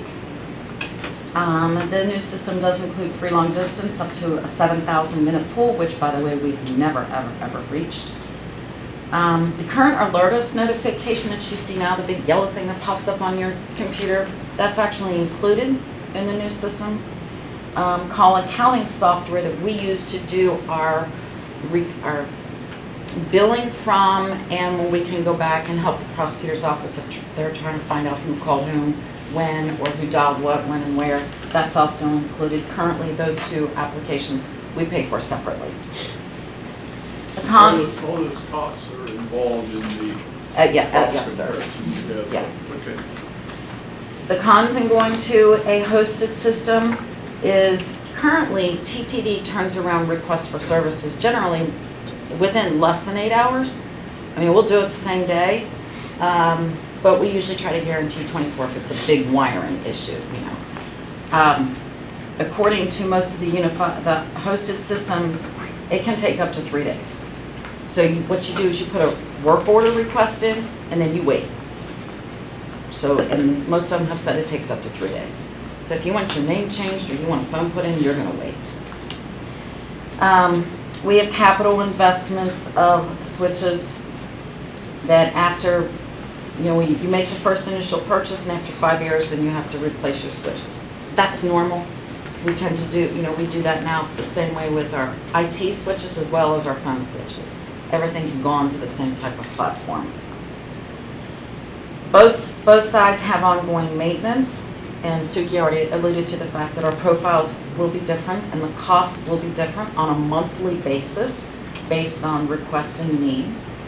The rewiring of the Family Support Center. Included is also the Cincinnati Bell transport cost that will not go away with either option. The Cisco platform is totally unknown to the county and staff, so there's your training.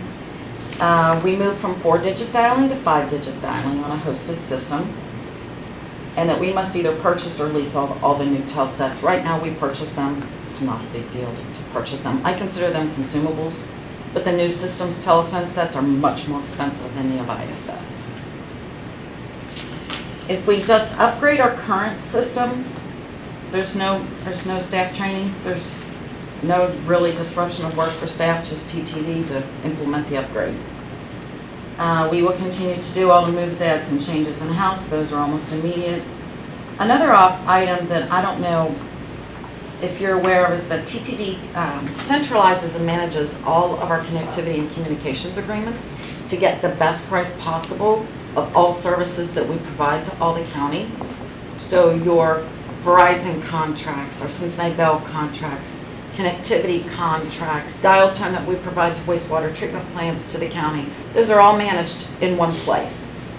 That helps to keep the cost down and allows us to look at every single bill we get every month, compare those prices, make sure we're being charged the contract price before we pass the price on to the end user or the customer. And that's another thing that we provide is all of that bill review in-house. If we do the Avaya upgrade, that will give us some time to put a plan in place to rewire the Family Support Center for the future if we decide to move into the IP arena, say later. Suki can explain the capital balance fund issue. Yeah, both of these have capital implications. On the on-prem Avaya upgrade, they're looking at $525,000. The balance in the capital fund that was dedicated to the telephone system, it came from the telephone systems fund, is about $245,000. So that leaves that fund, and we don't have this in the 5-year capital plan, but it would leave us short about $280,000. We could take that from the TTD fund. It has that availability, but it would draw it down to 16% of its, at a 16% fund balance.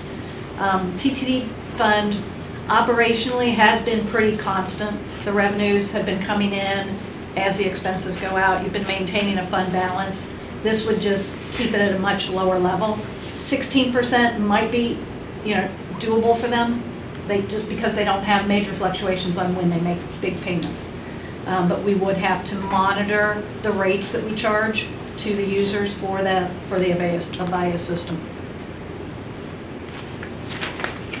On the flip side, we didn't mention it up top too much on the hosted environment. There is a capital investment there of about $300,000, and we have, like I said, 245, so that one would be pretty much covered.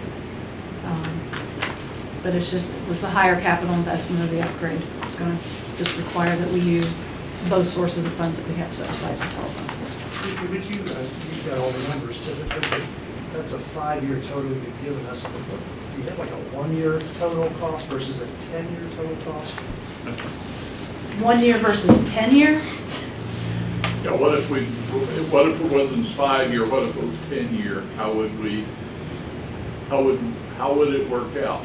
What's the payout? Is there a payout time period? The return on your Switches? investment is what you're looking for. Yeah. One of the other things you also have to keep in mind is that usually they suggest that the technology and the switches on both sides get replaced every 5 years. So you're going to have some type of capital investment every 5 years. And if you want the 10-year number, I do have it. I just did not include it here. That's why I was laughing. I apologize. I didn't want to give you too many numbers. Does the winner still become the winner?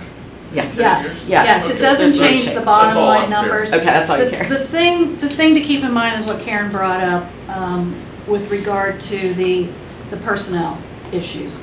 Between a 5-year and a 10-year picture, we have to decide whether we're going to continue to maintain this on-site system, even though we may have people that are retiring and we may not have somebody to backfill them.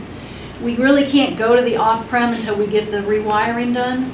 So I think the recommendation was to go ahead and upgrade the Avaya, try and push it for 10 years or until we get to the point where we know where the staffing is going to be, and then look into maybe these prices will drop.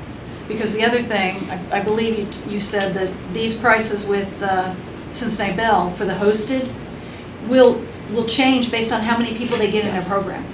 And So it's already dropped from its initial. They don't have right now any counties is that what you told me? No, they don't have any counties our size. Right. They have little itty bitty counters where they maybe have Holmes 12. was the one that I had talked Right. with, and they were seeing a tremendous cost savings by going to the hosted system. And that they would. They absolutely would. And that was. Because they have a different setup Yeah. today Well, or before they have a went. different setup, and they have a different size number of units they need, so. Right. It's different when you have a smaller versus larger. I'm guessing that in the 10-year, the numbers would become even more pronounced difference. But actually purchasing is going to, owning is going to be even. I can't remember, but it's also 10 years out was also guesstimating the actual hardware cost because technology tends to go down. So here I had an exact cost of the technology today, and then the 5-year out plan was the maintenance on that actual equipment. In 5 years, that same equipment won't probably exist. It'll be a different model. You keep looking at this as the capital expense versus the expense, but in the end, there's no need to do this stuff in 10 years, so. That's a good statement, yeah. It's just what's it going to cost to replace it Right. when we have to go out and replace it. And that's the unknown. It's like ISD's on that 5-year rotation to replace the switches, the connectivity throughout the county. This is the same it's the same equipment. Those switches Just are used kind in a of different way. consumables. But PCs are. PCs are consumables, and, yeah. Right. So on the back, I mean, we made the recommendation, like Suki was saying. I think, somewhere around year 4 or 5, if you go with the Avaya upgrade, year 4 or 5, we take another look at where staff is, what the plans may be, look at getting an idea if the numbers have come down on a hosted solution, if you would still want to continue to go into a hosted environment. You also just Continue to want to go I don't think anybody wants to go to a hosted environment necessarily. We were just looking at cost. Yeah, but it's continue monitoring Yep. the Right. cost of that Yep. versus the cost of this, and with the understanding of how our cost potentially could change with the Sure. changes in the staffing. Because there's not, both of these include maintaining the staff positions.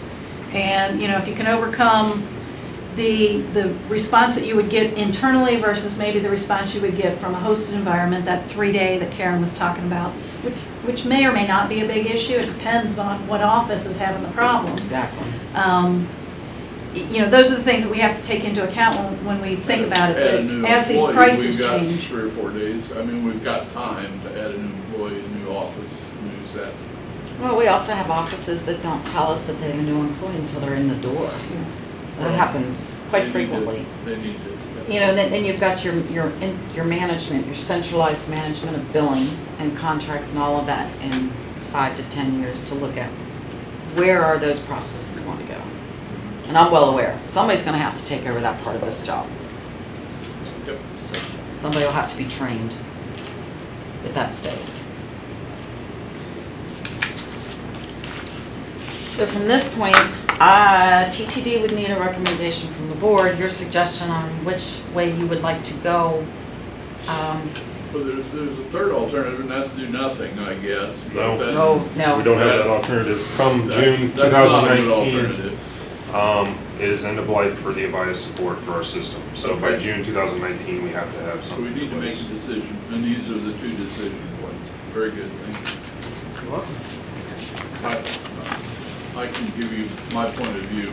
You know, I'm a dollar guy, so the Avaya system appears to be the least expensive, and I'm glad we looked into this, and I'm glad we learned. But I was the pusher because at the NACO conference, I heard from Holmes County that they were saving a whole lot of money, and they're a small county, and I understand that now. So I'm for upgrading the Avaya system personally because it's a better cost outcome.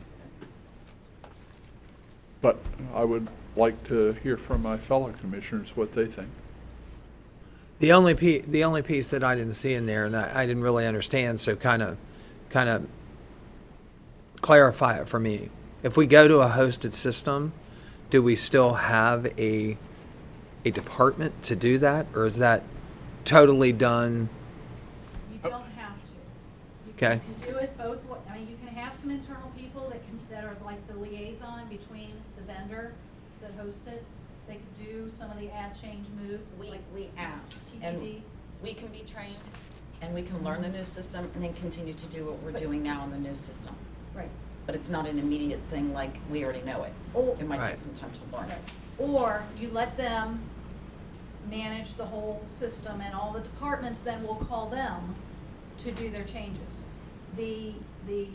On the hosted, we could also take it away from where we're doing an internal service fund, where Karen and Patty are paying all the bills, turning around and billing the departments. We could go back to the way it was, lose some control over who's paying for what, but these guys could potentially bill the departments directly too. So, Mhm. we could work, that would take it away from having to deal with the billing side of the internal maintenance. It doesn't benefit you then on the rest of the services that we still have to do as a county that are outside what these phones provide, which is the rest of, it's the cell phones and the internet. Well, and the only thing I can compare it to, I can't compare it to here. You know, where I came from, we were on a federal facility. We had a contractor. That contractor was black box. They had a switching building. You know, they had a building on the job site where all their switches and everything was. That was all theirs. All we did was we put a request in to move a phone, change a phone, get a new employee. That request, it did take a few days. They did that. We did not have a department that supported that phones. We did not have 2 or 3 people on full salary that did that. They did that for us. We had, like, for instance, a maintenance department. You know, that work order went into the electronic maintenance system. It said, move this phone, we're moving this trailer, we're moving this temporary location. And Black Box would respond and say, you know, we'll be on that at this date. Or they would come out, in the particular case where you needed wiring, and they would tell our maintenance department, we need new wire on the pole, that kind of stuff. And then our folks would run that wire in and get them ready. I mean, that was kind of how it was done. Right, or we paid them to do it, one or the other. Yeah. You would still have to have that expense if I can understand this right. TTD essentially is your black box. Right, We do the that's correct. billing, we do the phones, we do the upgrades, we do your changes, we do the billing, it's all centralized. So it's like a one-stop shop. Right. So you can have it either way. We could stay, or it can go. Right. Well, I'm just saying, the hosted system looks like we have some kind of reduction in permanent personnel, Yes. and that goes on, and those costs aren't reflected here. No, because what we couldn't decipher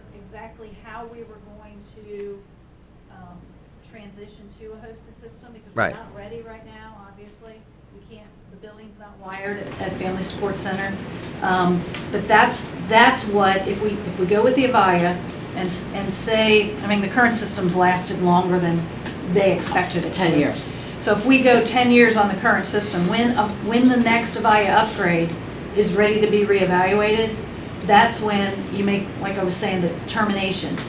You potentially could, and tell me if I'm misspeaking, but I think we could attrit some people out. So say Karen wants to retire, we could probably work the system a different way to be able to, move those people out. How many people do we think are in the Avaya system versus what we would have in the hosted system? How many, As far as phones go, people in terms of TTD.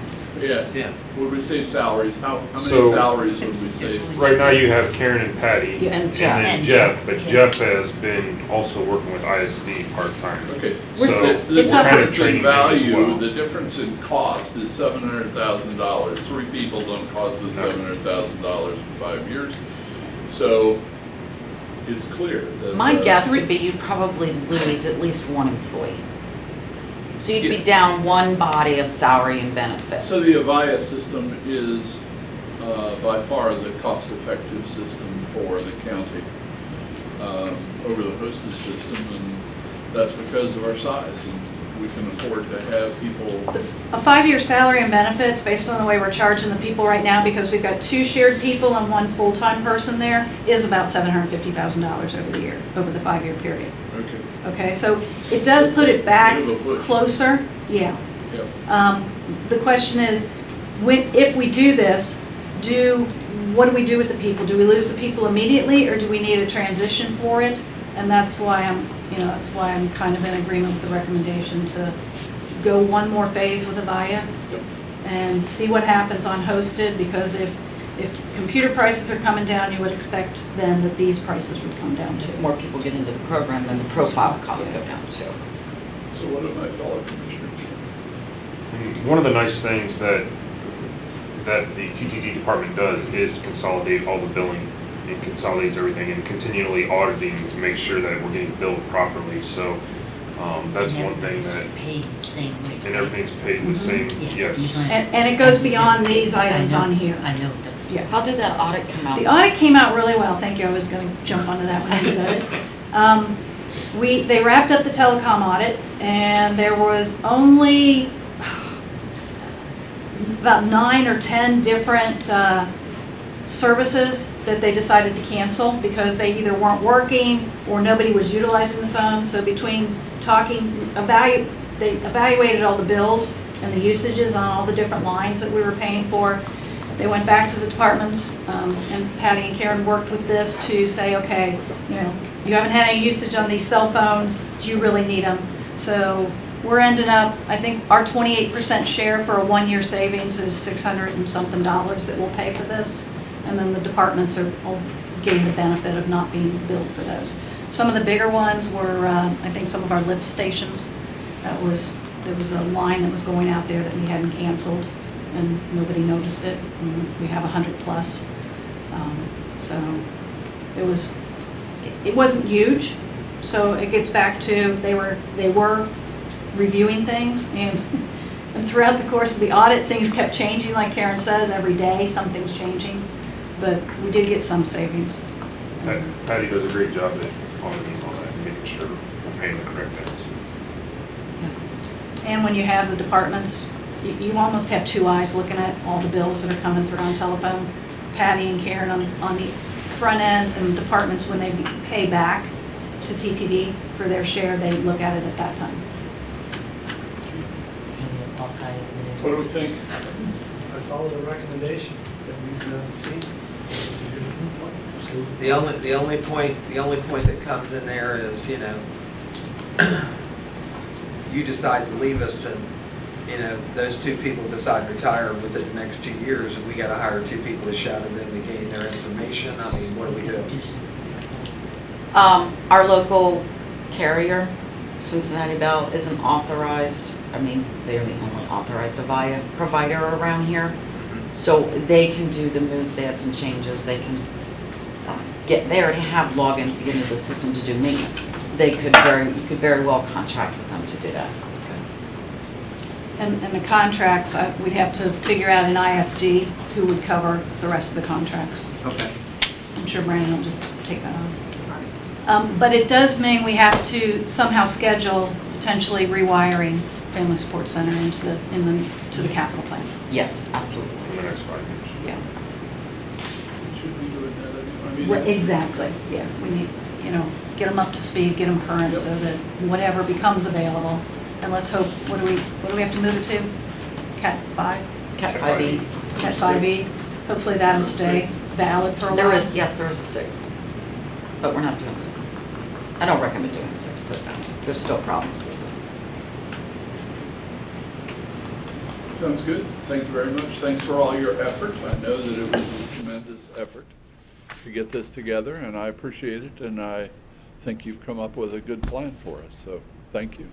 In the 88 counties, who has which systems? Yeah. So we'll have Besides from something us. on the agenda in the future to Yeah, we Yes, haven't. I will work with basically Cincinnati Bell to get contracts. a new contract to upgrade and replace.